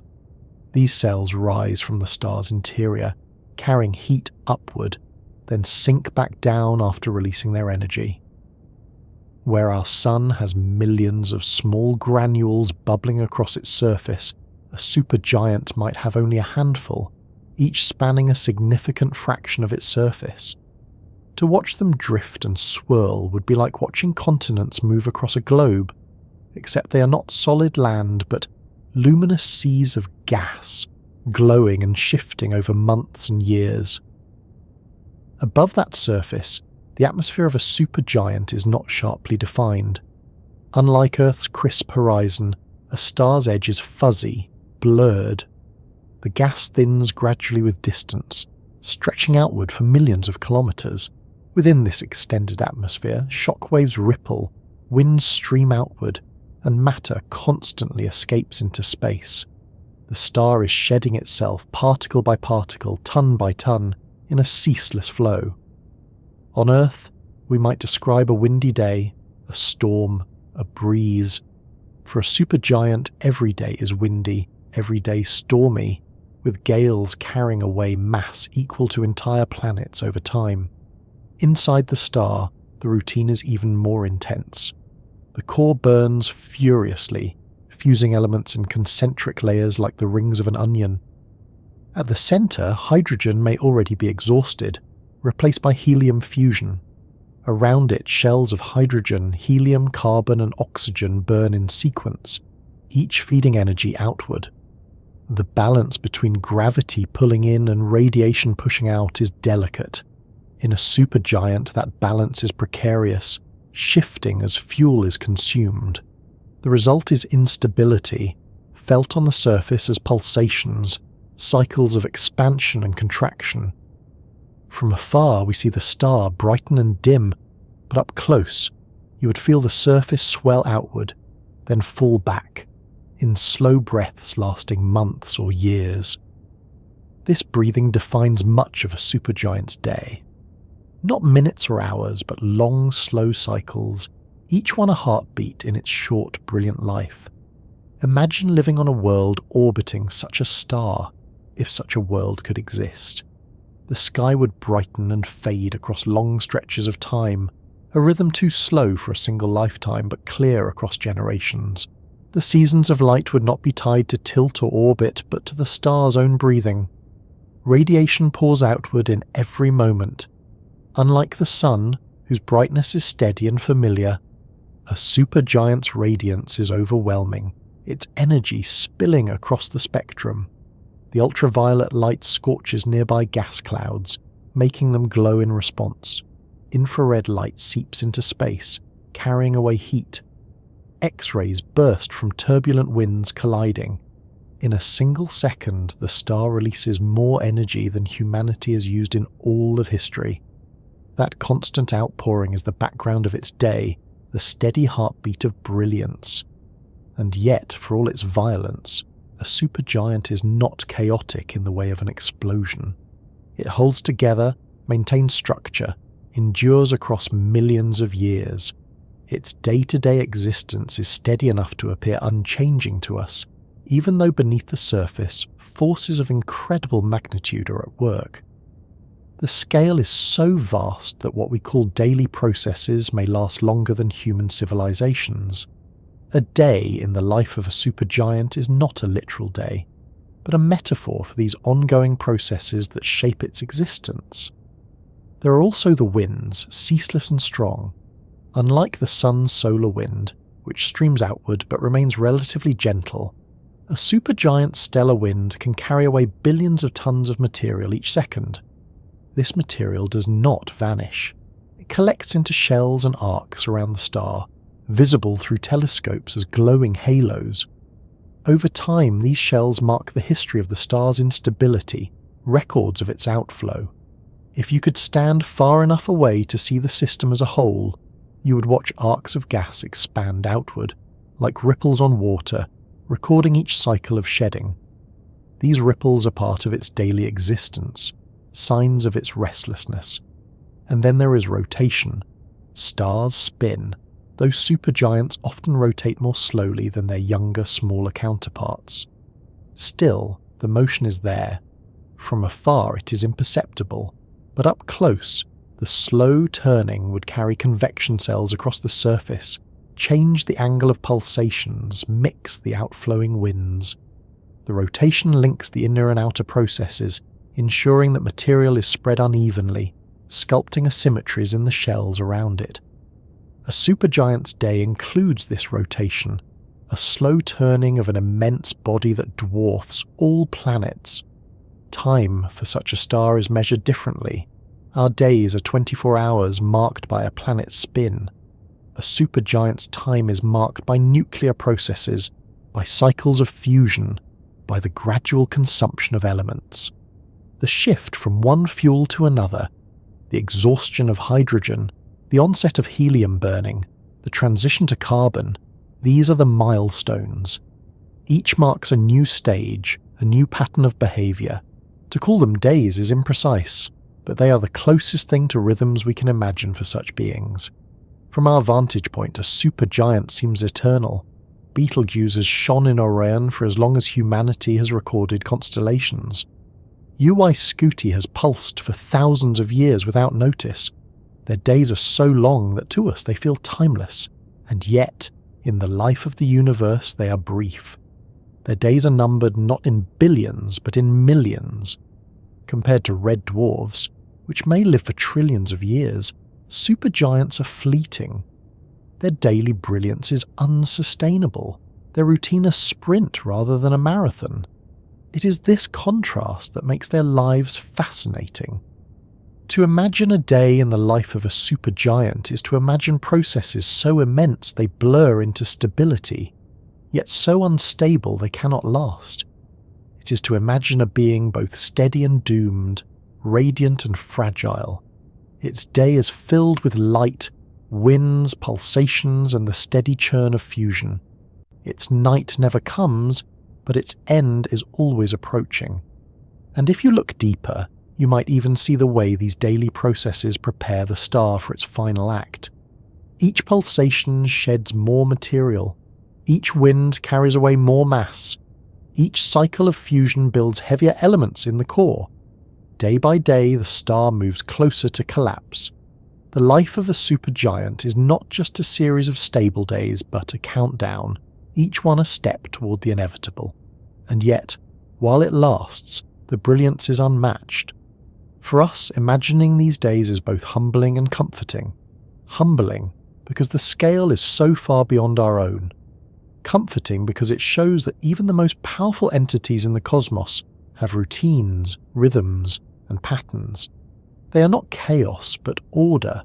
Not random, but structured. They live their days just as we do, within the boundaries of their nature, following cycles that sustain them until they cannot. Deep inside every star lies its true engine. What we see on the outside, the glow, the winds, the pulsations, is only the surface expression of something far more powerful happening within. For a supergiant, that engine is both its gift and its curse. It is the fusion of atoms, the tempest at the heart of giants, that makes them shine with such brilliance. But it is also what drives them to live fast and die young. Fusion begins with hydrogen. In the cores of stars like our Sun, hydrogen atoms are squeezed together until they merge, releasing energy in the process. Each fusion reaction converts a small fraction of mass into light, a transformation first hinted at by Einstein's famous equation E mc2. A tiny amount of matter becomes an enormous amount of energy. This is why the Sun can shine steadily for billions of years, consuming 4 million tons of hydrogen every second, and still seem unchanged. Its supply is vast, its burning controlled, its balance stable. But in a supergiant, everything is turned up to extremes. The greater the mass of the star, the stronger its gravity, and the more intense the pressure at its core. Temperatures soar to hundreds of millions of degrees. Fusion does not just proceed, it races. Hydrogen is burned at a furious pace, billions of times faster than in smaller stars. The energy output is so overwhelming that radiation pushes violently outward, swelling the star to incredible size. This outward push balances gravity, keeping the star from collapsing, but it also makes the star unstable. The balance is delicate, precarious, always on the edge of tipping. As hydrogen runs low in the core, the fusion furnace shifts. The star begins fusing helium into carbon and oxygen. Around the new helium-burning core, a shell of hydrogen continues to fuse. Further out, layers form where heavier elements ignite. In the most massive supergiants, this sequence continues until iron is reached. Each step is faster than the last. Hydrogen fusion may last millions of years. Helium fusion may last a few 100,000. Carbon, neon, oxygen, and silicon burn for shorter and shorter spans, sometimes mere years or even days. The star's core becomes an onion-like structure, shells of different elements burning simultaneously, each feeding energy outward. This layered burning is the hallmark of a giant in its final stages. It is the tempest within, raging with unimaginable ferocity. Entire Earth masses of carbon may be consumed in days. Fusion reactions release energy equivalent to millions of suns. Neutrinos, ghostly particles born in these reactions, stream outward, passing through the star and into space, carrying energy that we can detect here on Earth. In the laboratories of astrophysics, scientists model these processes to understand not just how stars shine, but how the universe itself evolves, One of the striking things about fusion in giants is how little of the star is truly involved. The core, where fusion happens, may be only a fraction of the total size. The outer layers, vast and bloated, are inert, carried along by the energy generated below. And yet, those layers respond to every change in the core. When fusion shifts from one element to the next, the balance alters. The star expands or contracts, brightens or dims. The tempest within is the driver of everything seen without. The violence of fusion in a giant also explains why they die so quickly. The more massive the star, the faster it burns its fuel. A star 20 times the mass of the Sun may live only 10 million years.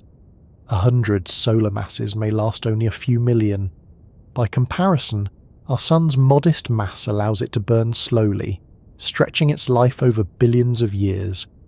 In this sense, giants are like candles with too much wick exposed. They blaze brilliantly, but they cannot last. Their very brightness is their downfall. Fusion in supergiants also creates the elements of the universe. Hydrogen becomes helium. Helium becomes carbon, oxygen, and neon. These, in turn, fuse into heavier elements like silicon and sulfur. At the end of the chain lies iron, but iron is different. Fusing iron does not release energy, it consumes it. When the core becomes iron, fusion can no longer support the star against gravity. The tempest within collapses. The core implodes, then rebounds, and the star explodes in a supernova. This is the inevitable fate of the most massive giants. The supernova itself is the final expression of the tempest, a release of energy so violent it outshines entire galaxies for weeks. In that instant, elements heavier than iron, gold, uranium, platinum, are forged in the blast. They are scattered across space, carried in shock waves that enrich the interstellar medium. Every atom of iron in your blood, every bit of calcium in your bones, every trace of oxygen in your lungs was once part of a star's fusion cycle, born in the tempest at the heart of giants. When you breathe, you are breathing the product of stellar furnaces. When your heart beats, it does so with iron from a long-dead star. This connection is not poetic invention, it is physical truth. Fusion in supergiants is the source of the universe's complexity. Without it, the cosmos would contain only hydrogen and helium, the primordial elements. There would be no planets, no oceans, no living beings. Fusion is creation as much as it is destruction. The tempest within is the forge of everything we know. Astronomers cannot see fusion directly. They infer it from the light emitted, from the spectra, from the pulsations and winds. They build models that simulate the pressures and temperatures of stellar cores, comparing them to observations. They detect neutrinos streaming from supernovae, confirming the processes at work. Even without touching the core, science reaches into it, revealing its secrets. For those who study stars, the tempest within is both awe-inspiring and humbling. It shows the power of simple physics, gravity, pressure, nuclear forces, scaled up to cosmic dimensions. It also reminds us that stars are not eternal. Their brilliance comes at a cost, and that cost is time. To watch a giant is to watch a life lived at full intensity, racing through stages that smaller stars take billions of years to reach. Imagining the core of a supergiant is like imagining standing at the edge of a volcano, except this volcano burns not with fire but with nuclear reactions. The heat is so extreme that matter behaves differently, stripped of electrons, crushed into plasma. Atoms collide at speeds beyond comprehension, merging into new forms, releasing bursts of energy with every fusion. The pressure is so immense that even quantum mechanics, the laws governing particles at the smallest scales, plays a role in holding matter up. The tempest within is not just heat and light, it is physics pushed to its limits. From the outside, a supergiant may seem steady. Betelgeuse shines in Orion, Scuti glows faintly through dust, Rigel sparkles blue-white. To the naked eye, they appear timeless. But within, storms rage, layers burn, and the countdown to collapse ticks forward. Their apparent calm hides the chaos inside. To imagine their day-to-day lives without knowing the tempest is to see only half the story. It is within the heart that the true drama unfolds, and as we think about that heart, about the fusion that defines giants, we begin to see why they matter so deeply. They are not just curiosities, not just large and luminous stars in distant constellations. They are the source of the elements, the engines of galactic evolution, the crucibles of matter itself. Their tempests give rise to everything else. If you step outside on a breezy day, you can feel the movement of air against your skin. It is gentle most of the time, a soft reminder that the atmosphere around you is not still, but dynamic. Stronger winds can bend trees, lift dust, and shape landscapes over years. But no matter how powerful they seem, earthly winds are nothing compared to what flows constantly from the surfaces of stars. Every star breathes. The breath is not air but streams of charged particles, atoms stripped of electrons and hurled outward into space. These are stellar winds, and in the case of the biggest stars, their winds are so intense they can carry away the equivalent of entire worlds over their lifetimes. Our own sun produces a solar wind. It streams outward in all directions, a flow of protons and electrons moving at hundreds of kilometers per second. Though faint by cosmic standards, this wind has profound effects. It shapes the tails of comets, pushes against interstellar gas, and carves out a protective bubble around our solar system known as the heliosphere. When it interacts with Earth's magnetic field, it produces auroras, shimmering curtains of light in polar skies. That is the influence of a modest star's breath. Now imagine scaling that up by factors of thousands or millions. A red supergiant like Betelgeuse, or a hypergiant like Scuti, does not merely exhale a gentle stream. Its atmosphere is so extended, its gravity so weak at the surface, and its radiation so intense that mass is driven outward in colossal flows. Instead of losing a small trickle of particles, these stars lose significant fractions of their mass over time. In some cases, they shed as much as one solar mass every 100,000 years. For comparison, that is like the sun expelling the mass of an entire Earth every single year. The mechanism behind these winds is varied. Radiation pressure, the force of light itself, pushes outward on atoms and dust in the atmosphere.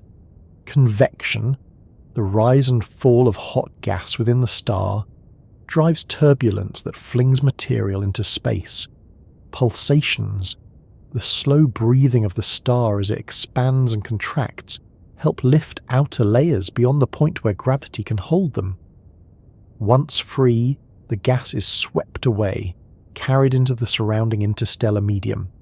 The result is not a uniform breeze, but a tempest, sculpting the space around the star with arcs, shells, and clouds of glowing material.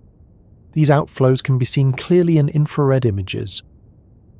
Around Betelgeuse, for example, astronomers have observed multiple arcs of gas and dust extending far beyond the star itself.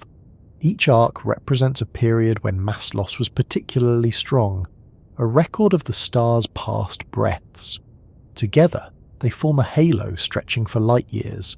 Looking at them is like reading the diary of the star's instability, written in expanding rings of plasma and dust. Hypergiants like Canis majoris take this to an extreme. Observations show vast clumps and knots of gas surrounding it, ejected irregularly, as if the star is coughing rather than breathing smoothly. These eruptions can release more material in a single event than the Sun loses in centuries. They remind us that stellar winds are not always steady flows, but can also be violent, episodic, unpredictable. The consequences of such winds ripple far beyond the star itself. They enrich the interstellar medium with heavy elements, carbon, oxygen, nitrogen, all forged in the star's core, are carried outward, seeded into space where they will eventually become part of new stars and planets. Without this recycling, the galaxy would remain poor in the elements necessary for life. Stellar winds are part of the great cosmic cycle. The way matter is passed from one generation of stars to the next. They also shape their surroundings physically. The gas pushed outward collides with interstellar clouds, compressing them, sometimes triggering new star formation. The winds carve cavities, hollowing out regions of space, leaving behind bubbles tens of light years wide. In some cases, when the winds from multiple massive stars overlap, they create vast superbubbles that alter the structure of entire spiral arms of galaxies. What seems like a personal breath becomes a galactic force. Closer to home, if Earth orbited a giant star, these winds would be devastating. The constant flow of particles would strip away the atmosphere, erode magnetic fields, and sterilize the surface. Planets in such environments are unlikely to survive intact, at least not for long. This is another reason why giants, despite their beauty, are inhospitable. Their winds are too fierce, their breaths too heavy. Life requires stability, shelter, and moderation, things giants cannot provide. And yet, from a safe distance, these winds are gifts. The very atoms in our bodies once drifted in such outflows. Long before Earth existed, long before the sun was born, massive stars in earlier generations shed their material into the galaxy. That material coalesced into clouds, collapsed, and formed new stars, including ours. The winds of giants are written into our chemistry. Every breath you take is in some way connected to the breaths of stars. Astronomers study these winds not only for their role in cosmic recycling, but also for the clues they provide about the final fates of stars. The amount of mass lost determines how a star will die. A star that sheds enough may collapse into a neutron star rather than a black hole. One that holds onto more may collapse directly into a black hole. The winds are not just decoration, they shape destiny. Watching them is watching the star's end being written in advance. The study of stellar winds combines many tools. Spectroscopy reveals the speed of outflows, measured by the Doppler shift of light. Infrared imaging shows the dust carried outward, glowing with the heat of the star. Radio telescopes trace the molecules formed in cooling gas. Each wavelength reveals another piece of the puzzle. Together they show stars not as static points of light, but as dynamic beings, shedding and shaping, influencing their galaxies in real time. There is a quiet poetry in calling these processes winds. It makes something so alien feel familiar. We know what it means for the air to move, to press against us, to erode mountains, to carve dunes. Stellar winds are the same principle, magnified beyond comprehension. They are movement, force, change, expressed not in kilometers per hour, but in thousands of kilometers per second. They do not bend trees. They sweep away atmospheres, carve out nebulae, and create the raw material of worlds. And yet, even with all their violence, they are not constant chaos. They have rhythms. Pulsations drive periodic increases. Magnetic fields channel flows into particular directions. Dust condenses at certain distances, shaping arcs and shells. There is structure within the storm. A supergiant's wind is not random but patterned, a reflection of the processes inside. Studying those patterns allows astronomers to peer indirectly into the star's heart, to see how fusion and instability ripple outward. It is easy, when hearing about these vast forces, to feel small.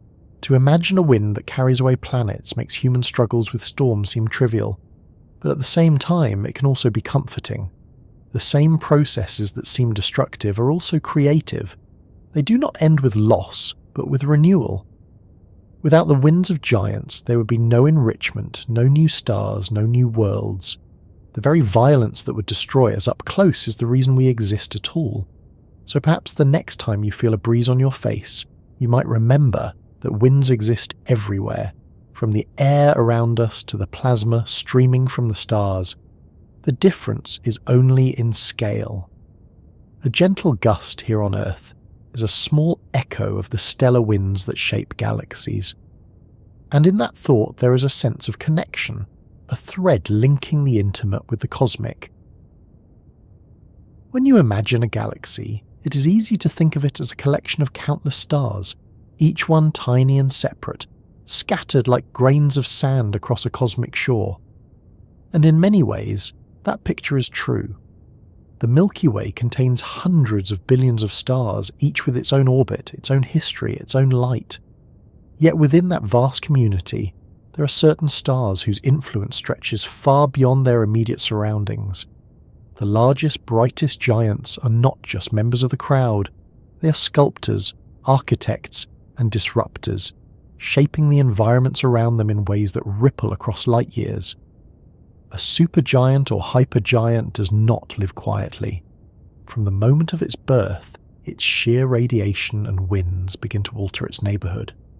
Picture a cluster of stars forming from a dense molecular cloud. Most of the newborn stars are small, dim, destined to live long, slow lives as red dwarfs. A few, like our sun, are middling, bright enough to shine steadily for billions of years. But scattered among them are giants, massive and luminous, their presence impossible to ignore. Within only a few million years they transform the cloud that gave birth to them. Their light is the first force. Ultraviolet radiation streams outward, ionizing nearby gas, stripping electrons from atoms and causing the gas to glow. These regions, known as H2 regions, become enormous bubbles of light, hundreds of light years wide, visible even from distant galaxies. The Orion Nebula is one such region, lit by the radiation of massive young stars. Without those giants, the nebula would be dark, invisible. The glow is not just beautiful, it is a sign of the profound effect a handful of stars can have on an entire cloud. The winds of giants add another layer. Material streaming outward collides with surrounding gas, sweeping it into shells and arcs. Over time, these winds carve cavities, hollowing out the star's birthplace. In some cases, the compression of gas at the edges of these cavities triggers new star formation, as the shock waves push clouds beyond the threshold of collapse. In this way, one generation of massive stars can seed the next, not just by enriching the galaxy with heavy elements when they die, but by literally squeezing new stars into existence while they live. This interplay of light and wind creates structures on scales we can see directly. Images from telescopes like Hubble show immense bubbles, pillars and arcs in star-forming regions, all sculpted by giants. The famous pillars of creation in the Eagle Nebula are shaped by radiation and winds from massive stars nearby. The delicate columns of gas would not exist in their striking form without the presence of giants sculpting them. What seems like static beauty is, in reality, the record of constant pressure and erosion. As giants age, their influence grows even more dramatic. When they swell into red supergiants, their mass loss increases, filling their surroundings with enriched gas and dust. This material mingles with the interstellar medium, changing its composition. By the time the star finally dies in a supernova, the region is already transformed. The explosion then adds the final touch. A shock wave that races outward, sweeping up material, compressing clouds and scattering elements across vast distances. Entire star clusters can be reshaped this way. In young clusters, the most massive stars often determine how long the gas and dust linger. Without them, the clouds might persist for tens of millions of years, forming stars slowly. With them, the clouds are blown away in a fraction of that time, leaving behind only the stars. In this sense, giants set the clock for their neighbourhoods, dictating how quickly star formation begins and ends. Even on galactic scales, their effect is visible. In spiral arms, where stars are born most actively, the brightest regions often correspond to the presence of massive stars. Their light makes the arms glow, tracing the spiral pattern we see in photographs. Without giants, galaxies would look dimmer, less structured, less vibrant. Their presence gives galaxies much of their visual character. The neighbourhood effect extends further still. When multiple giants die in the same region, their supernovae overlap, creating superbubbles, vast cavities filled with hot, tenuous gas. These superbubbles can span hundreds of light years, influencing the dynamics of entire spiral arms. They act like chimneys, venting gas out of the galactic plane, connecting the disk of the galaxy to the halo above and below. In this way, the lives and deaths of a few stars help regulate the flow of matter on a galactic scale. Closer to us, we see this in the local bubble, a region of the low-density gas surrounding our solar system. Astronomers believe it was carved by multiple supernovae from massive stars millions of years ago. We live in the aftermath of their influence, in a neighbourhood shaped by giants long since gone. Their presence is recorded not only in the stars we see, but in the very medium we move through. For smaller stars and planets nearby, the influence of giants can be dangerous. Their radiation can strip atmospheres from worlds, sterilizing surfaces. Their winds can erode protoplanetary disks, preventing planets from forming. Their supernovae can bathe regions in deadly radiation. To live near a giant is to live under constant risk. Yet even that danger plays a role in galactic ecology. By destroying some systems, giants clear the way for others, preventing stagnation, ensuring cycles of renewal. In human terms, the neighbourhood effect of giants is like living near a volcano. The land is fertile, enriched by minerals, but eruptions are inevitable. Life can flourish, but it must adapt to sudden destruction. Similarly, galaxies with giants are dynamic, rich and creative, but also volatile. Stability belongs to regions far from giants, where small stars dominate. This contrast helps explain why life exists around a star like ours. We orbit a modest yellow dwarf in a relatively quiet neighbourhood. Our galaxy has giants, but they are not close enough to threaten us. Their influence enriches the gas from which our solar system formed, but their violence did not disrupt our planet's development. We live in the balance point, close enough to benefit, far enough to be safe. When astronomers simulate galaxies, they must include the effects of giants to capture reality. Without them, models fail. Gas does not circulate properly, star formation proceeds incorrectly, spiral arms lose definition. The neighbourhood effect is not optional, it is essential. Giants are the regulators, the feedback mechanisms, the engines of galactic life cycles. To appreciate this fully, it helps to zoom out in imagination. Picture the Milky Way from above, its spiral arms curving gracefully. Within those arms, clusters of massive stars ignite, lighting their surroundings. Around each cluster, bubbles form, winds blow, gas compresses. Over millions of years, these bubbles merge, spiral arms churn, and the entire galaxy evolves. The giants are few, but their fingerprints are everywhere. They are not just inhabitants of the galaxy, they are agents of its ongoing transformation, and yet, as powerful as they are, their influence is not endless. They live and die quickly, leaving behind remnants, neutron stars, black holes, supernova remnants that continue to mark their place. Over time, the neighbourhood effect of one generation fades, replaced by the next. The galaxy is never static. It is always being reshaped by the latest cohort of giants. This too is part of the power of the larger stars. They do not exist in isolation. Their size, brightness and winds are not just personal traits. They are forces that ripple outward, affecting clouds, clusters, arms, and entire galactic structures. To speak of their neighbourhood effect is to acknowledge that in the universe, nothing is separate. Every star lives within a web of influence, and the giants tug hardest on that web. Long before telescopes, long before equations of nuclear fusion, or the word supergiant existed, people looked up at the night sky and wondered. The stars were companions in the dark, patterns traced into constellations, stories told around fires. The largest and brightest among them drew special attention. They stood out from the countless faint points, commanding reverence and fear. To ancient eyes, these stars were not remote spheres of gas. They were deities, omens, ancestors, or guides. Their brilliance demanded meaning, and across cultures those meanings took many forms.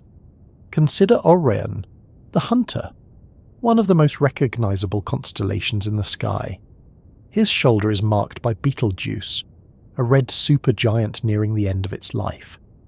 Today we know it as a massive star 1,000 times wider than the Sun, but to ancient civilizations it was the fiery shoulder of a giant figure.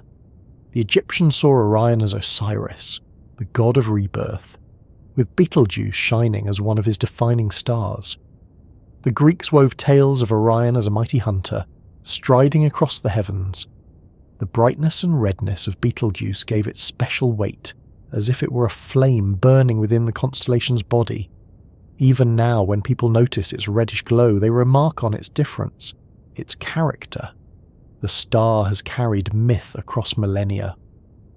In the constellation of Scorpius, Antares glows bright red, rivaling Mars in colour and often confused with it. Its very name, Antares, means rival of Ares, a reference to the god of war associated with the planet Mars. To the Greeks, its hue was a sign of blood, conflict and intensity. To the Maori of New Zealand, Antares marked important seasonal changes, guiding the timing of planting and harvest. To Persian astronomers, it was one of the 4 royal stars, guardians of the heavens, each occupying a position in the sky like a sentinel.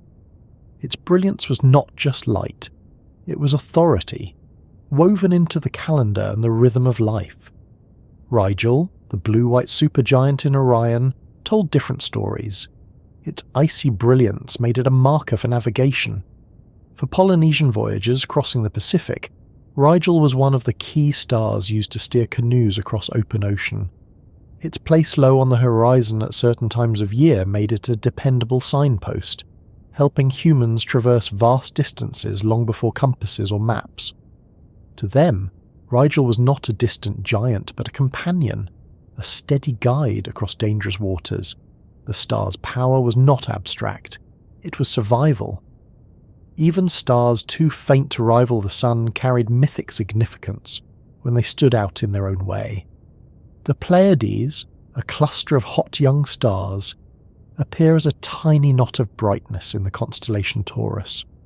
Though small compared to giants like Betelgeuse, they have been part of cultural stories across the world. The Greeks imagined them as the 7 daughters of Atlas, pursued into the sky. The Japanese called them Subaru, a word meaning unite, still remembered in the name of a car brand. The indigenous peoples of North America had their own stories, often connecting the cluster to lost children or guiding spirits. The star's beauty and compact brightness gave them meaning beyond their physical properties. The myths of giants often reflected their visible qualities. Red stars were seen as fiery, martial, associated with blood or war. Blue or white stars were cold, pure, often linked to guidance or gods of order. Brightness itself was seen as a sign of power. Stars that stood out were thought to influence fate, predict harvests, or mark the movements of gods. Where we see physics, ancient people saw intention. Their interpretations were not wrong so much as poetic, attempts to explain the awe they felt with the tools of story. What is striking is how many cultures, separated by oceans and continents, gave similar importance to the same stars. Antares in Scorpius, Betelgeuse in Orion, Sirius in Canis Major, all appear repeatedly in myths from different civilizations. These stars are not just bright, they are among the brightest in the sky. Their prominence made them universal touchpoints. Wherever people lived, they looked up, saw the same beacons, and wove them into their worldviews. In that way, the biggest stars in the universe have been shaping human thought for as long as stories have been told. Some myths even reflected the variability of these stars. Betelgeuse, for example, is a variable star, its brightness changing subtly over time. To astronomers today, this is evidence of pulsations in its bloated outer layers. But to ancient eyes, the change may have suggested a living presence, a star that waxed and waned like a breathing being. Such fluctuations could be interpreted as signs, moods, or portents. The cosmos was not static, but alive, responsive, filled with intention. Supernovae added to this perception.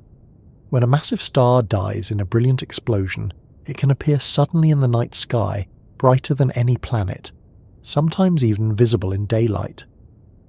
Ancient Chinese astronomers recorded such events carefully, calling them guest stars. The supernova of 1054, which created the Crab Nebula, was documented across cultures, its sudden appearance startling and awe-inspiring. To those who saw it, the sky itself seemed to change overnight. A new star burned where none had been before. It was a clear sign, though what it meant was interpreted differently, an omen, a blessing, a warning. Today we see the Crab Nebula as a glowing remnant of a massive star's death. To ancient eyes, it was a miracle written in fire. The myths also reveal how deeply humans tied their lives to the rhythms of the sky. Stars were not just stories, but clocks and calendars. The rising of certain bright stars marked the beginning of seasons. In Egypt, the heliacal rising of Sirius, the moment it first became visible before dawn after being hidden by the sun's glare, coincided with the flooding of the Nile. This event was so crucial for agriculture that Sirius became central to Egyptian religion, associated with the goddess Isis, and celebrated in festivals. The star's brilliance in the sky directly shaped life on Earth. For the Navajo, the stars of Orion and surrounding constellations formed a sacred pattern used in storytelling and ceremony. For the Australian Aboriginal peoples, bright stars like Canopus and Betelgeuse were tied to ancestral beings and seasonal cycles. For the Norse, stars guided navigation across northern seas. Everywhere, the brightest stars were more than lights. They were anchors for meaning, woven into the fabric of culture. What makes this remarkable is that many of the stars central to ancient myth are the very ones we now recognize as giants: Betelgeuse, Rigel, Antares, Sirius. The qualities that made them mythically powerful are the same that make them astrophysically extraordinary. Their brightness, their colour, their variability, all stem from the physics of fusion and mass loss. Ancient people did not know about nuclear processes, but they saw the signs clearly. Their stories preserved what their senses told them, that some stars are not like the others, that some carry special power. Even today, the echoes of these myths remain. We name spacecraft after them, like the Subaru telescope, or draw inspiration for literature and art. The names of stars are reminders of the stories once told: Arabic, Greek, Latin, Sanskrit, and more, layered across centuries. Modern astronomy may have replaced myth with measurement, but the reverence remains. A star like Betelgeuse still inspires awe, not just for its scale, but for its role in human imagination. This connection between myth and science is not an accident. Both are ways of reaching for understanding, of grappling with things too large for daily experience. The ancients used stories, we use physics. But the impulse is the same, to explain the lights that shine above us, to place ourselves within the cosmos. When we talk about supergiants and hypergiants today, we are not so far from those early storytellers. We are still trying to comprehend the same brilliance, still finding meaning in the same stars. When you think of the universe, it's tempting to imagine that size has no end. Galaxies stretch across hundreds of thousands of light years. Black holes grow to billions of solar masses. Nebulae sprawl like ghostly veils too vast to comprehend. So why not stars too? If the universe allows for structures so immense, why can't stars keep growing, becoming endlessly larger and more luminous, giants without limit? The answer lies in the laws of physics themselves, which quietly but firmly draw boundaries around what stars can and cannot be. Stars form when clouds of gas collapse under gravity. The denser the region, the faster it falls inward, gathering more mass. At first glance, it might seem as though nothing should stop this process. Add more gas, make the star bigger, and the result should simply be a larger star. But there are counterforces, and they grow stronger the larger the star becomes. The first is radiation pressure, the outward push of light itself. Every photon carries momentum. As fusion in the core produces light, that light streams outward through the star's layers. The more massive the star, the hotter and denser its core, and the more photons are released. At a certain point, the pressure of those photons pushing outward begins to rival the inward pull of gravity. This balance is delicate. If gravity dominates, the star collapses further. If radiation dominates, the star begins to blow itself apart. The maximum size of a star is defined by this tug-of-war, known as the Eddington limit. The Eddington limit sets a theoretical cap on luminosity for a given mass. If a star shines too brightly, radiation pressure strips material from its surface, blowing away gas faster than it can be held in. It is as if the star's own light becomes a wind strong enough to erode itself. This process prevents stars from growing indefinitely. Observations suggest that stars more massive than about 150 to 200 solar masses cannot remain stable. Anything larger sheds material violently until it drops back under the threshold. In this way, the physics of light itself imposes a ceiling. Other processes reinforce this boundary. Fusion rates increase dramatically with mass, so the more material a star gathers, the faster it burns through its fuel. A star twice as massive as another does not simply shine twice as bright, it can shine tens or hundreds of times brighter. This runaway effect makes the larger stars unstable. Their cores burn furiously, their outer layers balloon outward, and their lifespans shrink to mere millions of years.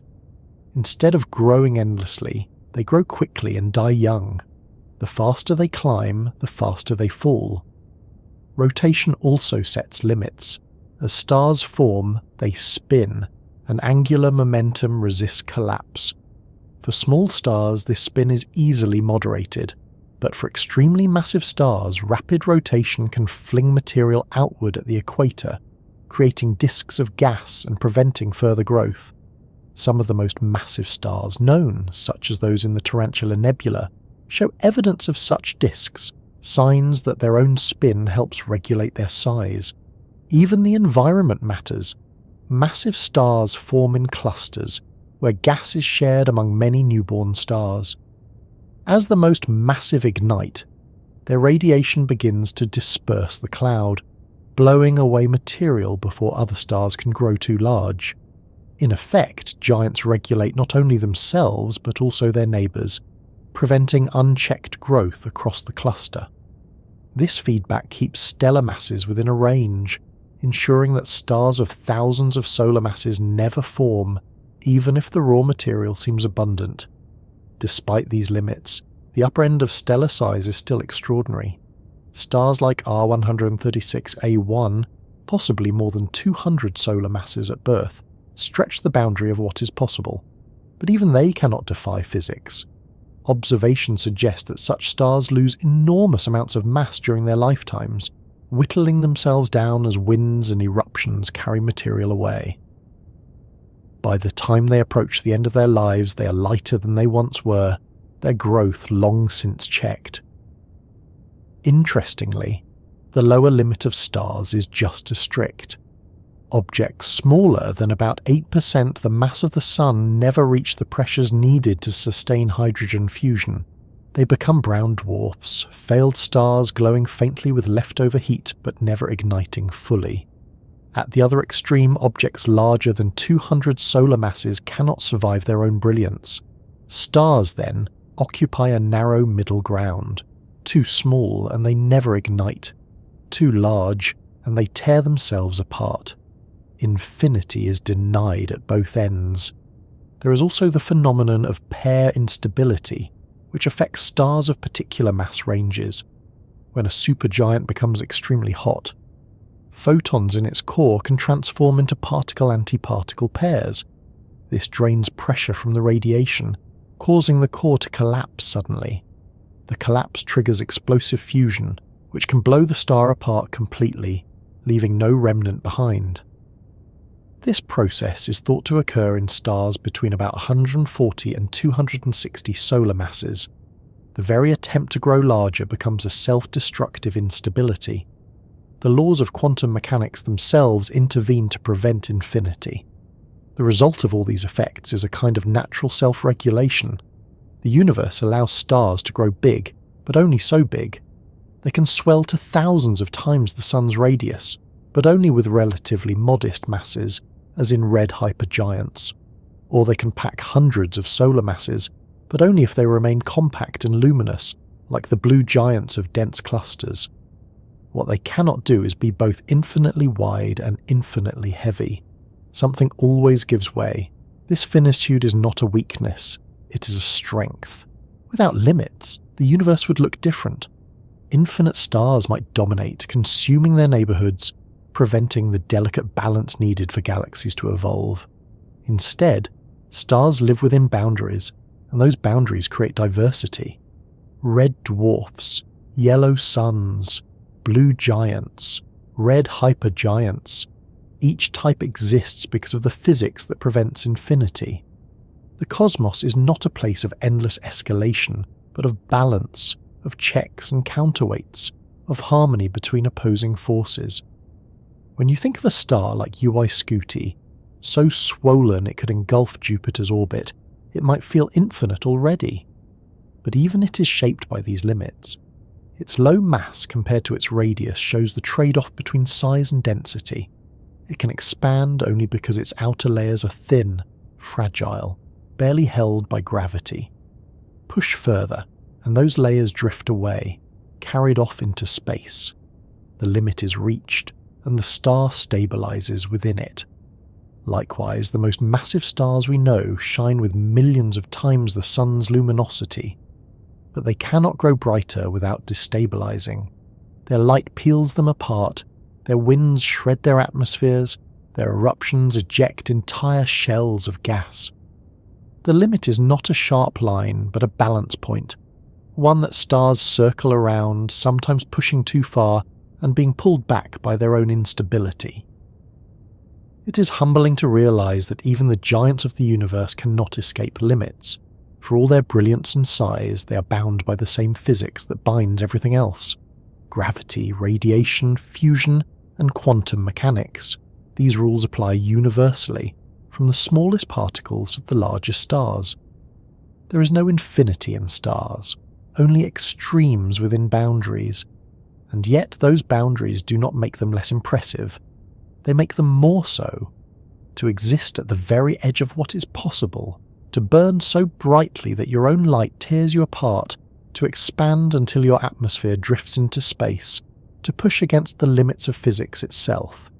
This is what the giants of the universe do. They embody the tension between power and fragility, between expansion and collapse. Their lives are defined not by infinity, but by the drama of pushing against it. Every star that burns must one day come to an end. For small stars like red dwarfs, that end is gentle, a slow fading into cool embers over trillions of years. For stars like our Sun, the ending is more dramatic but still relatively calm, a swelling into a red giant, the shedding of outer layers into a planetary nebula, and the quiet collapse of the core into a white dwarf. But for the giants, for the massive stars that shine with millions of times the light of the Sun, their deaths are anything but quiet. They end in explosions so violent they can be seen across galaxies. They end in supernovae. To understand why giants die so dramatically, we must look again at their hearts. In their final stages, supergiants fuse heavier and heavier elements, building layers like an onion. At the centre lies iron, and here the cycle stops. Unlike lighter elements, iron cannot release energy through fusion. Once a core of iron builds up, the star has reached a dead end. Fusion stops, but gravity does not. With no more outward pressure to balance it, the core collapses in on itself. This collapse happens in a heartbeat. In less than a second, the core implodes. Atoms are crushed. Electrons are forced into protons, creating neutrons and releasing a flood of neutrinos. The density rises to that of an atomic nucleus, unimaginable in human terms. Then, just as suddenly, the collapse rebounds. The outer layers, falling inward, crash against the dense new core and are hurled outward in a colossal shockwave. The star tears itself apart. The energy released is staggering. For a few days or weeks, a supernova can shine brighter than the entire galaxy that contains it. Billions of stars together cannot outshine this single event. The light is so intense that it can be visible even in the daytime sky. In 1054, when a star in our galaxy exploded, observers in China, Japan, and the Middle East recorded a guest star so bright it could be seen for weeks in broad daylight. Today, we see its remnant as the Crab Nebula, a glowing cloud of gas expanding outward at thousands of kilometers per second. Supernovae are not just fireworks, they are creation events. In the heart of the explosion, temperatures soar high enough to forge elements heavier than iron. Gold, uranium, platinum, all are born in those violent seconds. The blast hurls them into space, scattering the seeds of future worlds. Every atom of gold in a wedding ring, every trace of iodine in a human body, every speck of silver in a mirror was once part of a star that died in a supernova. The death of giants makes life possible. The brilliance of a supernova is not uniform. Some are symmetrical, expanding outward evenly in all directions. Others are messy, with jets of gas shooting out faster in certain areas, leaving behind oddly shaped remnants. These differences depend on the size of the star, the speed of collapse, and the dynamics of the explosion. The result is always the same, though: a transformation. The star that once dominated its region is gone, replaced by a glowing nebula, a remnant core, and a shock wave moving outward into the galaxy. The remnants themselves can be just as extraordinary as the explosion. If the collapsing core is between about 1.4 and 3 times the mass of the Sun, it stabilizes as a neutron star, an object so dense that a teaspoon of its material would weigh billions of tons.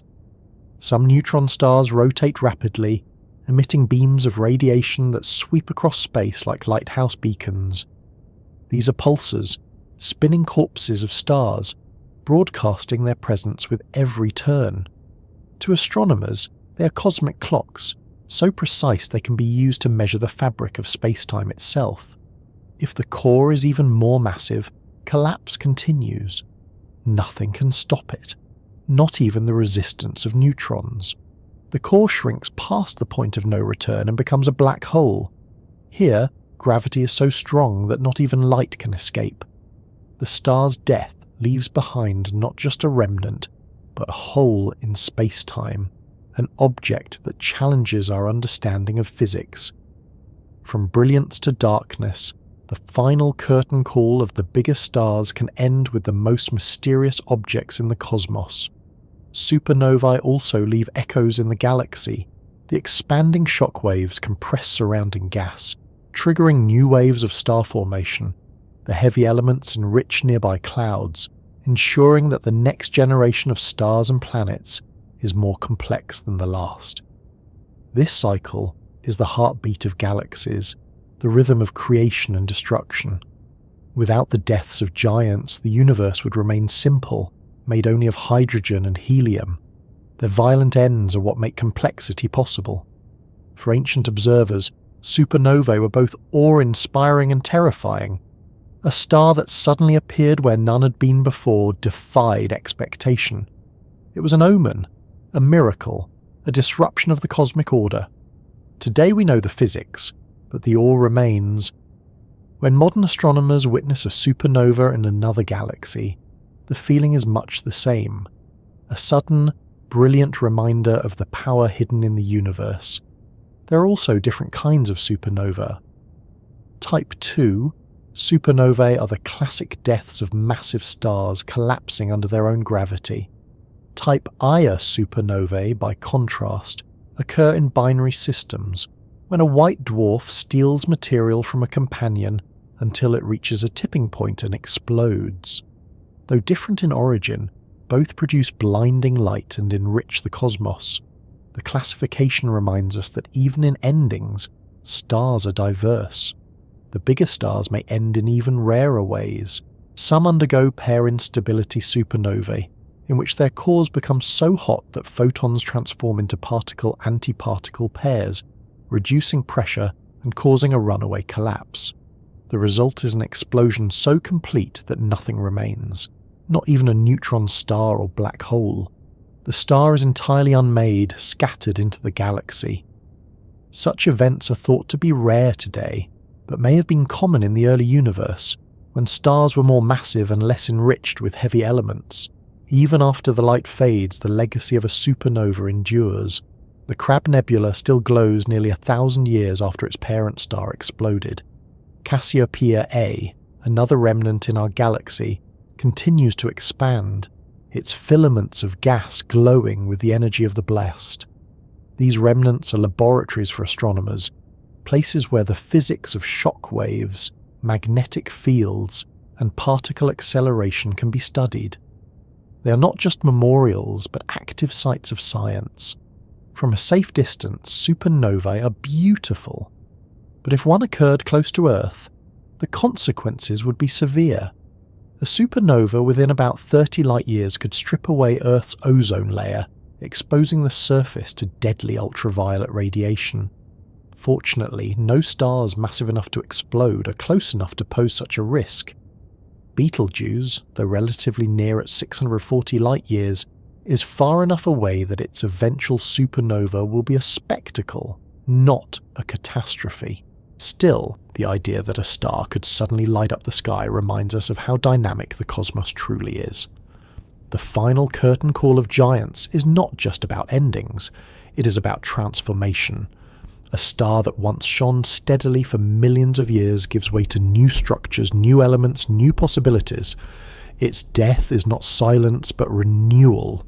It is the handoff between generations, the way the universe writes continuity into destruction.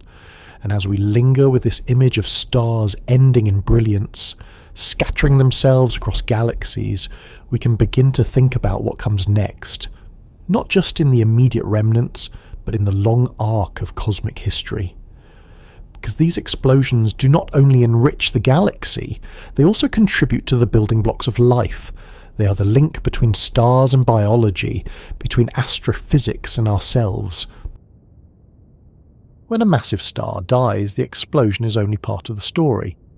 What happens afterward, deep in the collapsed core, is just as important. The light of a supernova fades with time, the gas drifts outward into space, but the heart of the star does not simply vanish. Instead, it transforms into something new, something stranger, something that challenges the limits of our understanding. These are the children of collapse, neutron stars and black holes. A neutron star begins as the crushed remains of a stellar core. When the implosion of a dying star forces electrons into protons, neutrons are created. The result is an object so dense that the familiar structures of matter no longer exist. Atoms are gone. Nuclei are gone. What remains is a sea of neutrons packed shoulder to shoulder, squeezed into a sphere only about 20 kilometers wide. To imagine such density, picture compressing the entire mass of the Sun into a city-sized object. A teaspoon of neutron star material would weigh billions of tons, heavier than a mountain on Earth.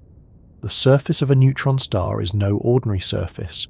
Gravity there is so intense that if you were to drop something from just 1 meter above, it would strike the ground at a fraction of the speed of light, releasing more energy than a nuclear bomb. Nothing familiar survives at such scales. Atoms cannot exist under the pressure. Electrons are bound into neutrons, and even neutrons may be pressed into exotic states we do not yet fully understand. Some theories suggest that deep inside, matter may dissolve into a soup of quarks, the fundamental particles usually trapped inside protons and neutrons. If so, neutron stars may contain the densest, strangest matter in the universe. Despite their compactness, neutron stars are not lifeless husks. Many spin rapidly, remnants of the angular momentum from the original star. As they rotate, they produce magnetic fields far stronger than anything Earth could generate. In some cases, beams of radiation are funneled along the magnetic poles, sweeping across space as the star turns. To distant observers, these appear as regular pulses of light, as if the star itself were a cosmic lighthouse. These pulses can spin hundreds of times per second, their precision so reliable that they rival atomic clocks. Astronomers use them to test the very structure of space-time, to detect gravitational waves, to study the unseen fabric of the universe. Other neutron stars become magnetars, with magnetic fields so extreme that they distort atoms themselves. The fields are trillions of times stronger than Earth's, powerful enough to rip electrons from nuclei across vast distances. Magnetars occasionally release bursts of high-energy radiation, pre-flashes that can outshine their host galaxies. These events remind us that even after death, stars can remain restless, still capable of sudden violence. If the collapsing core is even more massive, however, even neutrons cannot resist gravity. The implosion continues, crushing matter beyond the point of no return. At this moment, a black hole is born. A black hole is not just a dense object, it is a region of space-time where gravity is so strong that nothing, not even light, can escape. The boundary around it, the event horizon, marks the point of no return. Once crossed, all paths lead inward. The idea of black holes once seemed impossible, even absurd. How could something exist that traps light itself? Yet observations now leave little doubt. We see the effects of black holes on their surroundings. Stars whip around invisible centers, moving at incredible speeds. Gas swirls into accretion disks, heated until it glows with X-rays, before vanishing across the horizon. Entire galaxies shine with energy released by matter, falling into supermassive black holes at their cores. What begins as the death of a single star can grow into one of the most powerful engines in the universe. Stellar mass black holes formed from the collapse of giants usually weigh between a few and a few dozen solar masses. They are invisible directly, but their presence can be detected when they interact with companions. In binary systems, a black hole may strip material from a neighbouring star, creating an accretion disk that radiates intensely before disappearing into darkness. The signals from such systems are clear fingerprints of their existence. Perhaps most astonishing are the black holes detected through gravitational waves. When two black holes orbit one another and eventually merge, they release ripples in space-time itself. These ripples were predicted by Einstein a century ago, but only detected recently with observatories like LIGO and Virgo. The signals we capture on Earth are echoes of stellar deaths, vibrations from the final moments of massive stars that collapsed long ago. Listening to them is like hearing the universe remember its most violent events. Neutron stars too can merge, producing both gravitational waves and bursts of light. When they collide, they forge heavy elements in great quantities, spewing gold, platinum and other precious metals into space. Observations of these collisions confirm what theory long suggested, that much of the universe's heaviest elements are born not just in supernovae, but in the cataclysmic unions of collapsed stars. In this sense, the children of collapse are not just remnants but creators in their own right, continuing the work of enrichment begun by their parent stars. It is easy to think of neutron stars and black holes as endings, but they are also beginnings. A neutron star is a laboratory of physics unreachable on Earth, a place where matter behaves in ways we cannot reproduce. A black hole is a gateway into the extremes of space-time, teaching us about gravity, relativity, and perhaps even quantum mechanics. Each one is a reminder that the death of a star does not erase its influence. It transforms it into something new, something that continues to shape the universe long after the original star is gone. These remnants also remind us of the balance between power and fragility. the same star that once blazed with unimaginable light collapses into an object that hides from view. The same core that once held fusion reactions becomes a silent neutron star or a devouring black hole. Power does not disappear, it changes form. The cycle of birth, brilliance, collapse and transformation continues, weaving itself into the fabric of galaxies. If we could stand safely near one of these remnants, the view would defy imagination. A neutron star would glow faintly, perhaps in X-rays, its surface smooth and hard like no rock we know. Its magnetic fields would distort your very atoms. A black hole would appear not as an object, but as a hole in the sky, warping light around it, bending the background stars into arcs and rings. The experience would be alien, disorienting, a reminder that the children of collapse are not just strange, they are unlike anything else in the cosmos. And yet, even as they feel alien, they are connected to us. The gold in jewellery, the platinum in electronics, the iodine in our bodies, all trace back to the deaths and collisions of these remnants. Our lives are written in their stories. We carry pieces of neutron stars and black holes in our chemistry, reminders that the universe is not separate from us, but within us. If collapse creates remnants of such strangeness, what do they mean for the larger picture of existence? How do they shape galaxies, influence the structure of the cosmos, and connect to the lives of countless other stars? Every ending in the universe carries with it the beginnings of something else. The death of a massive star may feel like destruction, but its legacy stretches far beyond the moment of collapse. A supergiant does not simply vanish when it explodes. Instead, it sends ripples outward, waves of energy and matter that continue to shape the cosmos for millions or even billions of years. These ripples become the seeds of new stars, new planets, and eventually new forms of life. The story begins with the material that a giant spends its life releasing. Long before its final explosion, a supergiant is already shedding pieces of itself into space.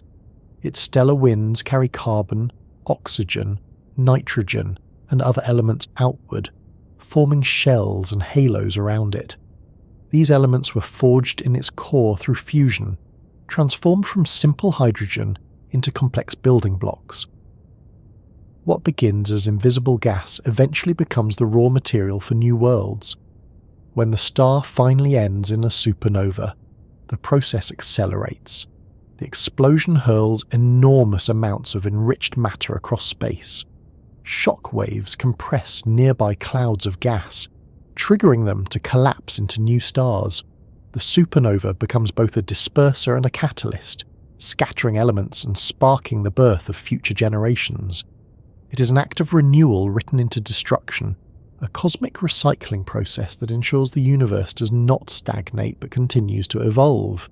We can see the results of this process in places like the Orion Nebula, where young stars are forming from clouds enriched by earlier generations of giants. The bright pillars and arcs of gas are not primordial material alone. They are infused with carbon from one star, oxygen from another, iron from a third. Each new star and planet inherits the chemistry of those that came before, carrying forward the legacy of ancient supergiants. In this way, the deaths of giants ripple through time, shaping not only the present but the far future. The very elements we depend on for life trace back to these cycles. The oxygen we breathe was fused in massive stars. The calcium in our bones, the iron in our blood, the carbon in our cells, all were created in stellar furnaces and scattered by stellar deaths. Even the water that fills oceans and rivers contains hydrogen from the dawn of the universe and oxygen from supernovae. Every drink of water, every breath of air, every heartbeat is connected to the lives and deaths of giants.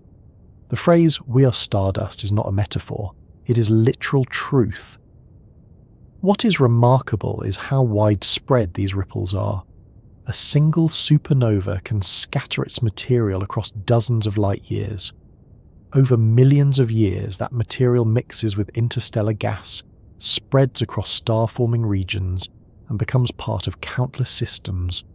Your body contains atoms that were once inside different stars, possibly many of them. The universe is not only vast, it is interconnected, woven together by the sharing of matter across time and space. These ripples also shape galaxies on larger scales. Supernovae inject energy into the interstellar medium, stirring it, preventing gas from collapsing too quickly. This feedback regulates star formation, ensuring galaxies evolve steadily rather than consuming their gas in a single burst. Without the disruptive influence of massive stars, galaxies might form stars too quickly, burning out early and leaving behind little material for later generations.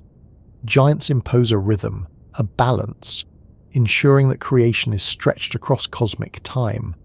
Astronomers sometimes call this process galactic ecology. Just as ecosystems on Earth recycle nutrients through cycles of birth, growth, decay, and renewal, galaxies recycle matter through stars.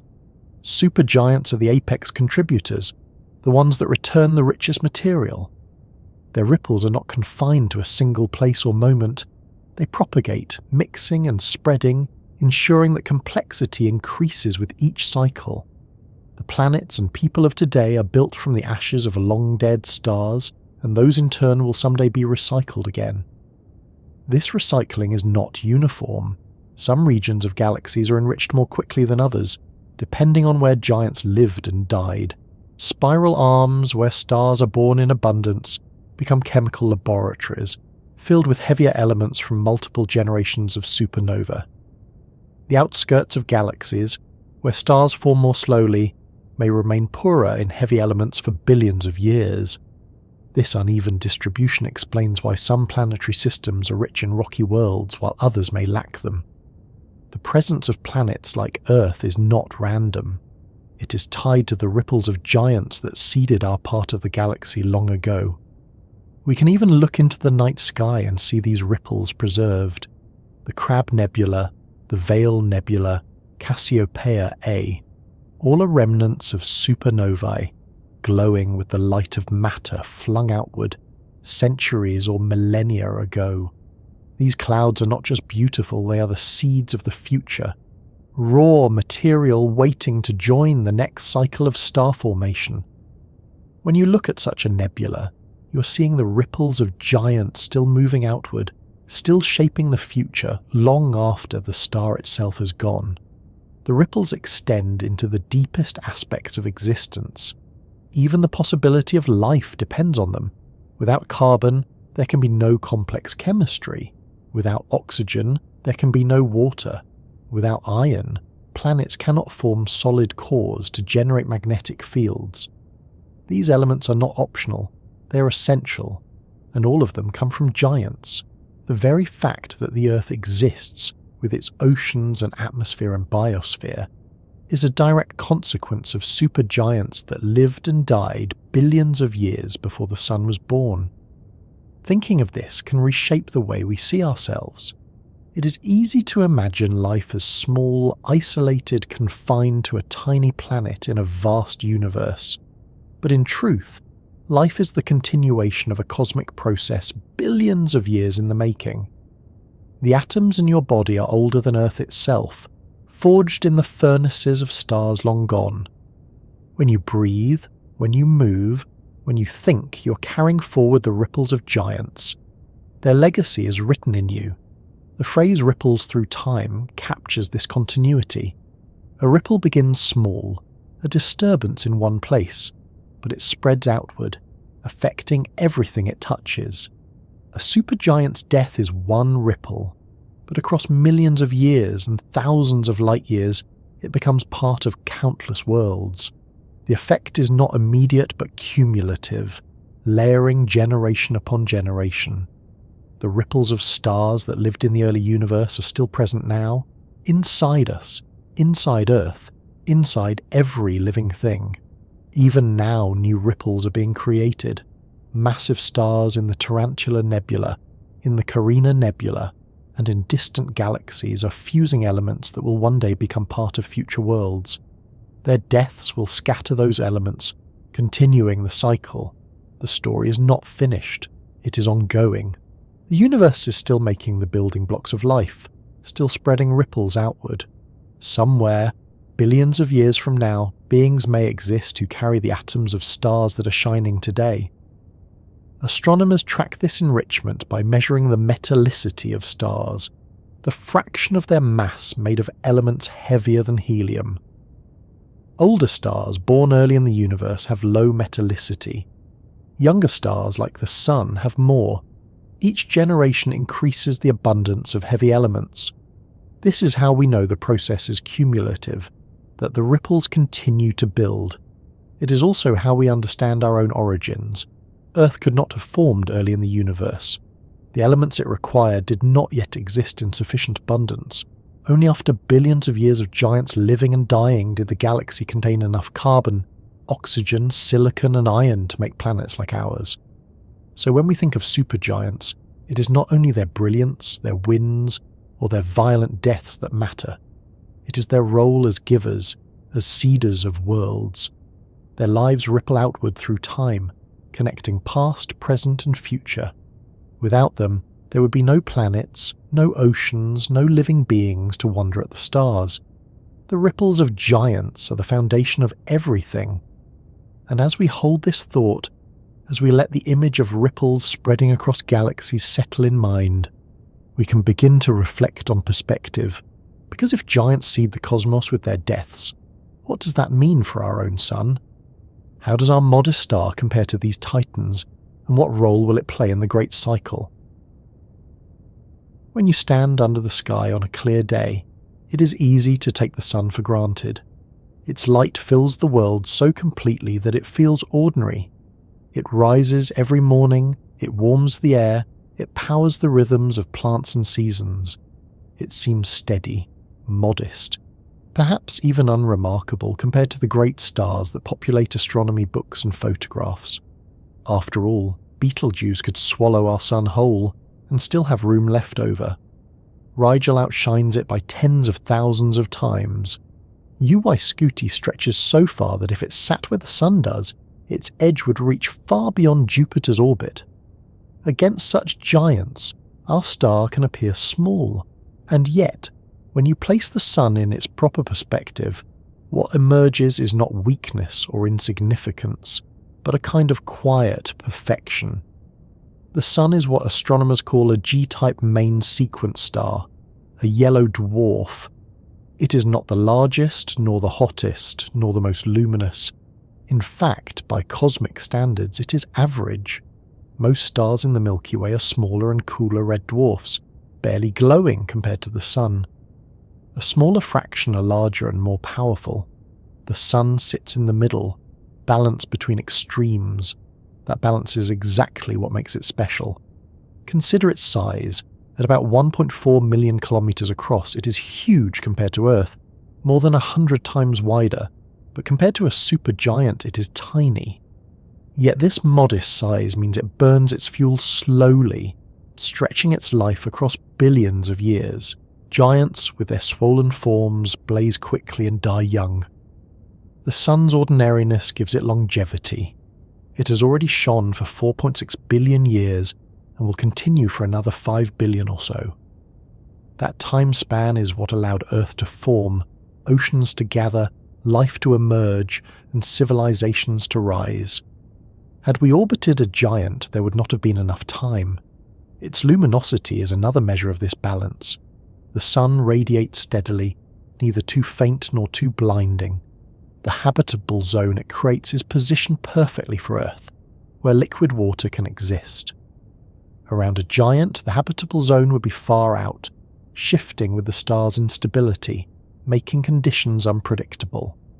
Around a dwarf, the habitable zone would be so close that planets would likely be tidally locked, with one side scorched and the other frozen. The sun sits in the middle ground, bright enough to sustain warmth, stable enough to preserve balance. Even its variability is restrained. All stars fluctuate in brightness to some degree. Giants can pulsate wildly, dimming and brightening by noticeable amounts over months or years. The sun, too, has cycles, most famously the 11-year solar cycle of magnetic activity. But these fluctuations are small compared to its total output. For life on Earth, that steadiness is critical. A sun that flared too violently or dimmed too drastically would make climates unstable. The relative calm of our star is the reason complex ecosystems can persist over millions of years. In terms of chemical enrichment, the sun is also well placed. It was born at the right time in galactic history, after enough generations of giants had lived and died to seed the galaxy with heavy elements. That is why Earth contains the metals, silicates, and carbon compounds needed for life. Earlier stars lacked those resources. Later stars may form in more enriched environments, but our sun struck the balance, arriving when enough building blocks existed, but before the galaxy exhausted its gas. When you compare the sun to the giants, the contrast reveals the importance of ordinariness. Giants dominate their neighborhoods with light and winds, but they vanish quickly, leaving chaos behind. The sun, modest and steady, nurtures instead. It is not a destroyer, but a caretaker. Its power is sufficient to warm and illuminate, but not so overwhelming that it scours. It is, in a sense, precisely what a planet like Earth requires. From another perspective, the sun is not ordinary at all. For humans, it is the most important star in the universe, the one we live under, the one we depend on. Every breath of air, every meal, every drop of rain is powered by it. Photosynthesis turns sunlight into food. Weather patterns are driven by its warmth. Tides may be influenced by the moon, but the energy of motion, growth and climate all come ultimately from the sun. To us it is not one star among billions. It is central, vital, defining. The cosmic perspective asks us to hold both truths at once. The sun is ordinary, one of hundreds of billions, modest compared to giants, and the sun is extraordinary, the single star whose light makes our existence possible. In its balance lies its greatness. Its ordinariness is its perfection. If you could travel across the galaxy and look back at our solar system from afar, the sun would appear as a faint point among countless others. It would not stand out. Yet if you could trace the chemistry of the planets around it, you would see something remarkable. You would find water, oxygen, carbon compounds, and life itself. You would realize that in its quiet way, this modest star gave rise to something giants never could. The giants burned too hot, lived too briefly, destabilized too much. The sun nurtures. In the balance between size and stability, it makes possible the fragile miracle of life. Astronomers often remind us that most stars in the universe are smaller than the sun. Red dwarfs are the majority, making up perhaps 70% of the Milky Way's population. These stars are incredibly long-lived, stable for trillions of years. If life is to arise elsewhere, red dwarfs may provide many opportunities, but their habitable zones are narrow and close in, vulnerable to stellar flares. The sun may be rarer, but it offers broader, gentler conditions. It sits in a sweet spot, a compromise between abundance and suitability. Comparisons also highlight how perception shapes meaning. When we gaze at Betelgeuse or Rigel, they inspire awe by their sheer brightness or size. But when astronomers study exoplanets, they often search around stars like the sun. The giants impress the eye.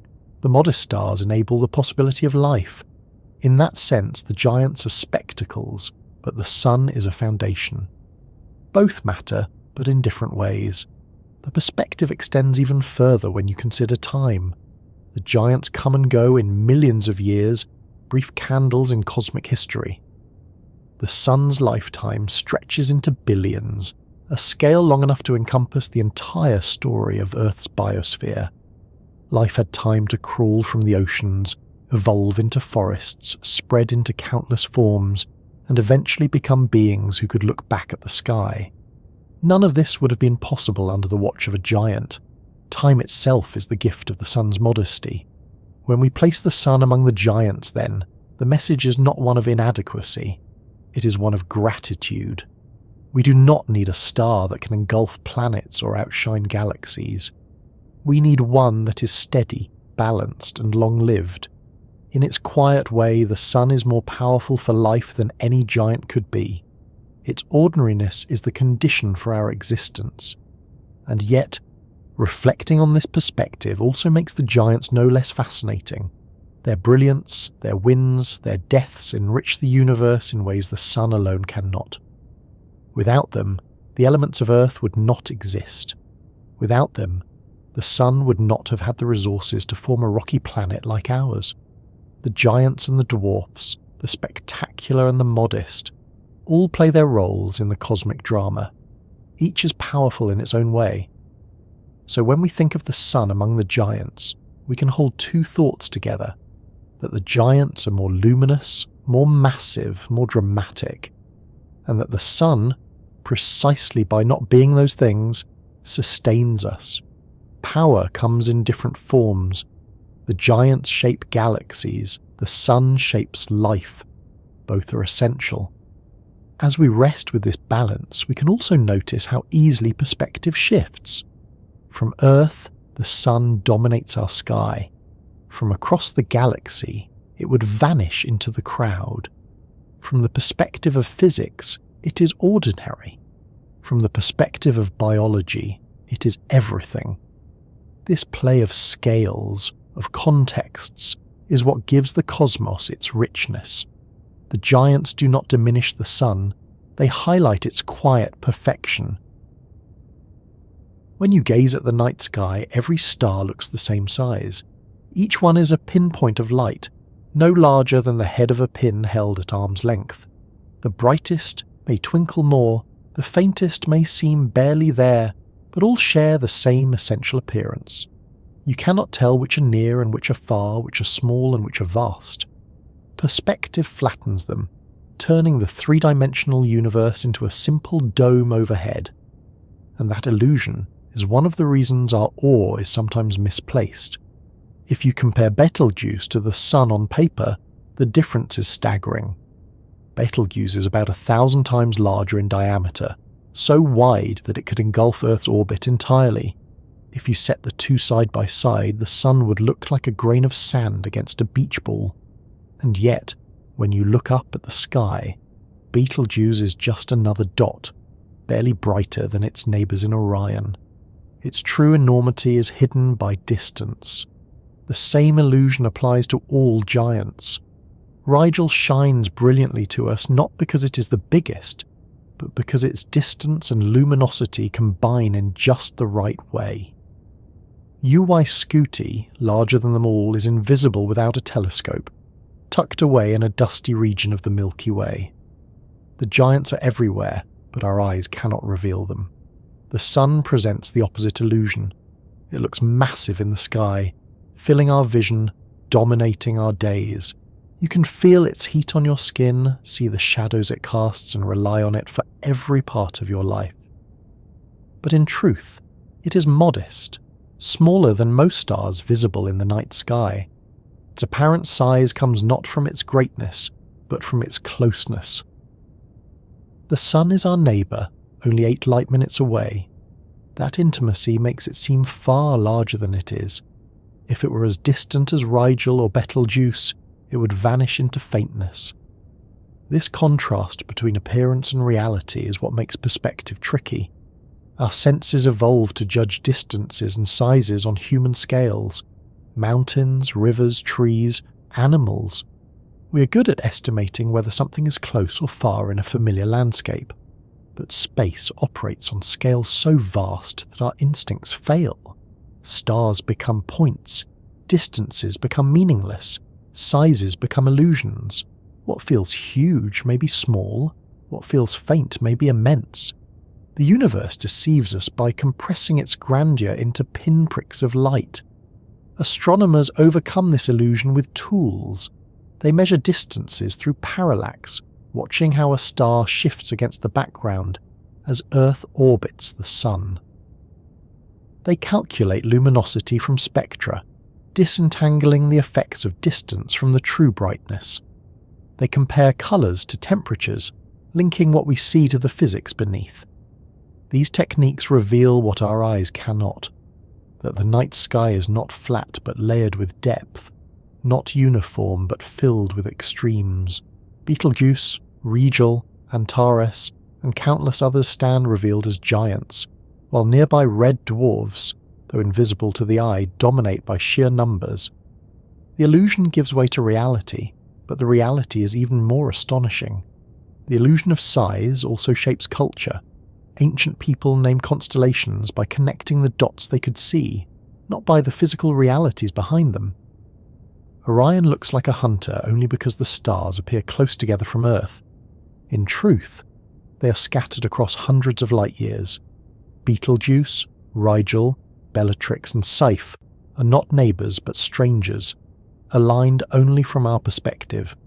The patterns are illusions, useful for storytelling and navigation, but not reflective of the stars' actual relationships. What feels connected is not. What feels random may be linked by invisible forces. Even planets play tricks with perspective. Venus can outshine every star in the night sky, but it is small, merely reflecting sunlight. Jupiter, though massive, appears as a bright dot no different from the stars unless you use a telescope. The illusion lies in brightness, in apparent size, in the way distance disguises scale. A giant galaxy millions of light years away may look fainter than a star in our own neighbourhood. The true hierarchy of the universe is hidden, leaving us with impressions that must be corrected by knowledge. But the illusion is not simply a mistake, it is part of the wonder. The fact that all stars look alike to the naked eye places them on equal footing, inviting us to wonder what lies beyond the uniformity. It forces us to ask questions, to measure, to imagine. Without the illusion, perhaps our curiosity would not have been stirred as strongly. The mystery of the night sky lies in its simplicity as much as in its complexity. It looks flat, but it is deep. It looks uniform, but it is varied. It looks small, but it is immense. The warping of awe also reveals something about human perception. We are drawn to what is bright and visible, often overlooking what is hidden. Sirius, the brightest star in our sky, is not the most powerful or the largest, but it captures attention because of its prominence. Giants like Uy-Scuti, invisible to the eye, inspire awe only once we learn about them. Knowledge reshapes awe, turning faint points into titans in our minds. Perspective is not just about what we see, but about what we understand. In this way, science deepens rather than diminishes wonder. Learning that Betelgeuse is vast beyond comprehension, that Rigel blazes with tens of thousands of solar luminosities, that Uy-Scuti could engulf Jupiter's orbit, these facts make the illusion more meaningful. The small dots become symbols of immensity. The faint glimmers become echoes of power. Awe shifts from the visible to the invisible, from what appears large to what truly is. It is humbling to realize that the illusions of size apply even beyond stars. Galaxies too play tricks.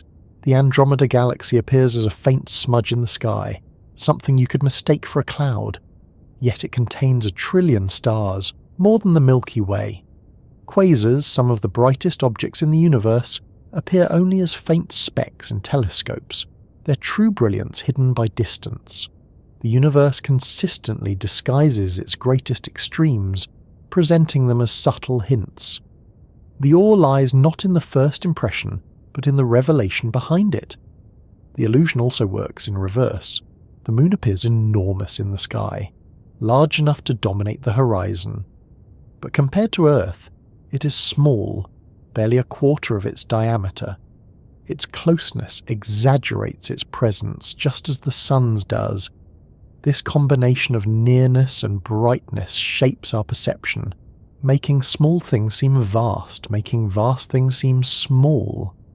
Our awe is warped not because the universe is misleading, but because our senses are tuned to smaller scales. And yet, perhaps this is not a flaw, but a gift. If we could see the night sky as it truly is, with accurate sizes and distances, it might overwhelm us.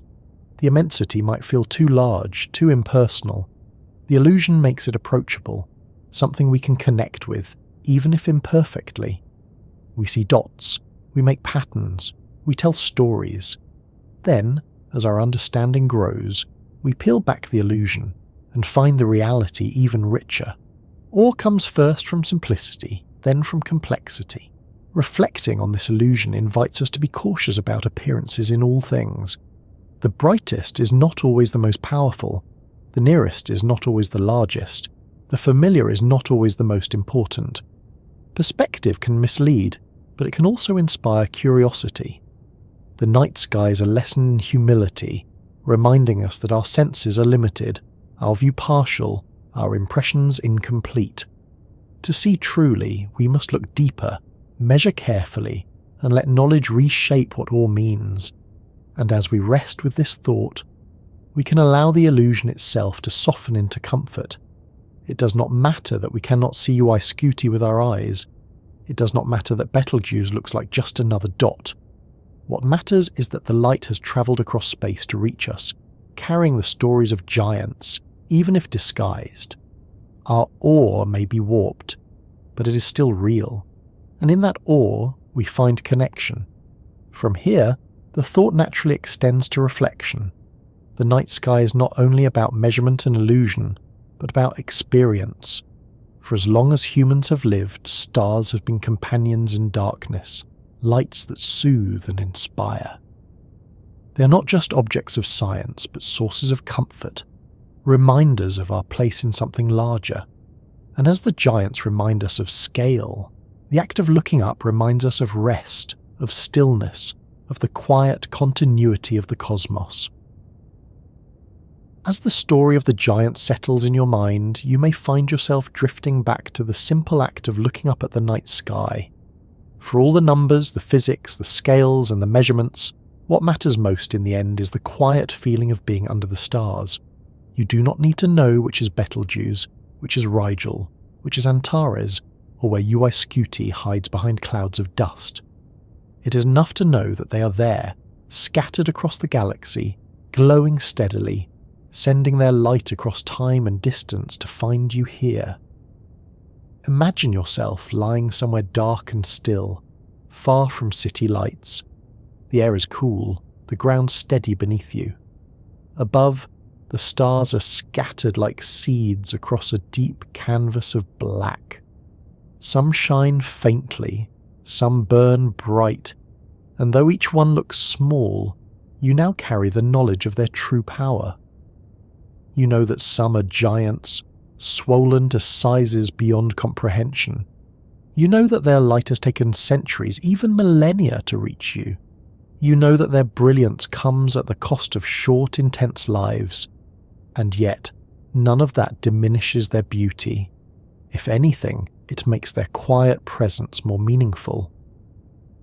As you breathe slowly, you might picture one of those giants, maybe Betelgeuse with its soft red glow, or Rigel with its icy light, or even Uyscuti, invisible to the naked eye but present nonetheless. Imagine what it would feel like to see the world lit by such a star, its vast disk filling the sky, its light painting everything in hues unfamiliar to us. Then remember that you are safe here, at just the right distance from a modest sun, watching from afar. The giants burn out there and you rest here, their light a visitor but not a danger. The stars ask nothing from you. They do not rush you. They do not demand that you measure or calculate. They simply shine. Their light enters your eyes, quiet and steady, a connection across impossible gulfs. In that light you can let your thoughts wander, not as equations or data, but as feelings. The universe is immense and you are small within it, but not separate. The atoms that make you once belong to stars carried here by winds and supernovae, scattered and gathered, recycled across billions of years. You're not an outsider looking in. You're part of the same story. Think of how long those journeys have been. The light from Betelgeuse arriving now left the star more than 6 centuries ago, long before telescopes, long before electricity, long before the world we know today. The light from Rigel began its journey even earlier. The light from Ui Scuti started when human history itself was still young. To look at the stars is to look back in time, to receive messages from eras long past. And now, as those photons touch your eyes, they become part of your story too, threads woven into your memories of this night. There is comfort in that. The universe can feel overwhelming, but it can also feel gentle. The stars are not rushing. Their processes take millions or billions of years. Their distances soften their power. Their light arrives quietly, like whispers across space. You can rest knowing that nothing in the sky is hurried. You can take your time as the universe takes its time. You're not out of step. You're moving at the right pace. The giants themselves may live quickly by cosmic standards, but even their millions of years dwarf human lifetimes. When Betelgeuse eventually explodes, it will be a spectacle, but until then it shines as it has for generations. When Ui Scuti collapses, its light will blaze, but for now it is steady, invisible without aid, but still there. These stars remind us that change comes slowly, that vast processes unfold gradually, almost imperceptibly. As you lie beneath their light, you can let go of urgency. There is no rush. The stars will keep shining. The knowledge of their power does not need to keep you awake. Instead, it can be a lullaby. The idea that something so large, so powerful, so far beyond comprehension can exist quietly above you is reassuring. The universe is not fragile. It endures. Its structures are immense, its processes steady. You are small within it, but you are also safe within it.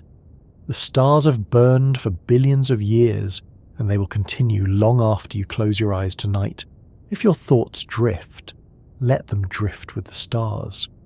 Imagine their winds carrying gas outward into space, breathing across light years. Imagine their explosions, scattering elements into nebulae that glow like cosmic gardens. Imagine the new stars forming in those clouds, the new planets coalescing, the cycles continuing endlessly. Then bring your attention back to your own breath, rising and falling, your own steady rhythm mirroring the slow rhythms of the stars. You are in sync with the cosmos, not apart from it. The illusion of size that once tricked your eyes into seeing all stars as points can now serve as a comfort too. You do not need to grasp their full scale. You can simply let them be dots in the sky, lights to watch as your thoughts soften.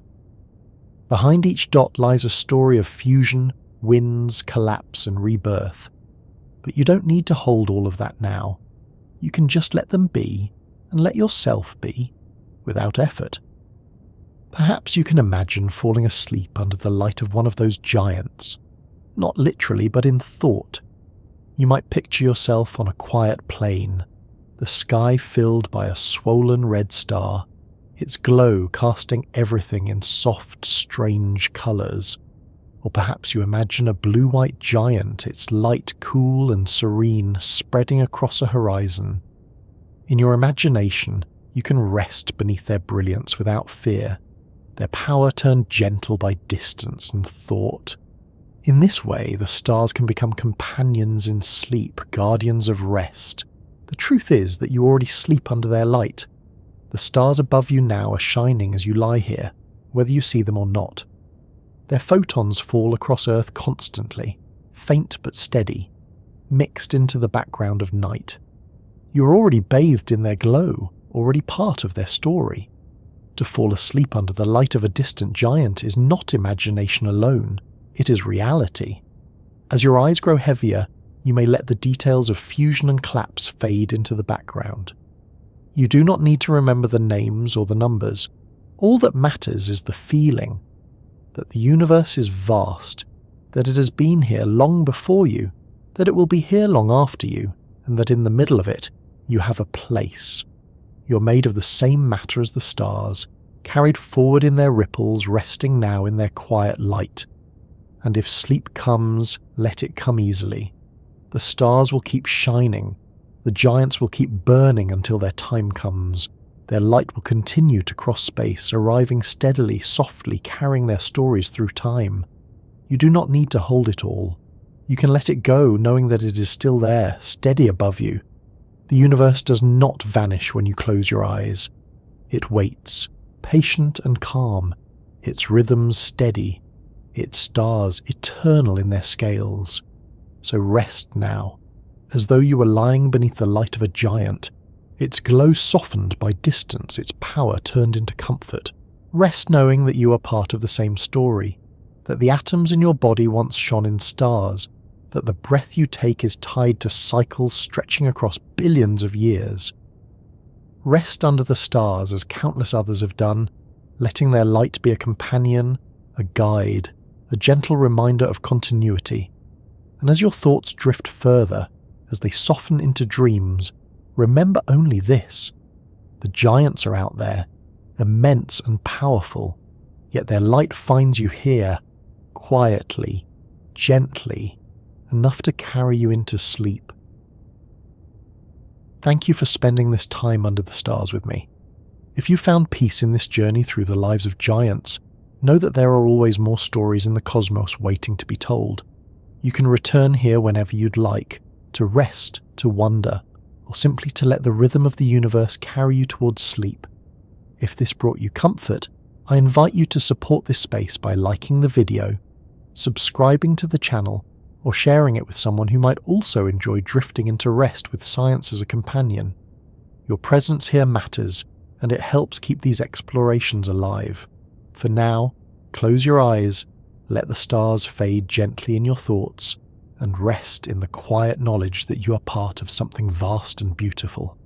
Until next time, may your dreams be as calm as the night sky, and may the universe keep you company as you sleep.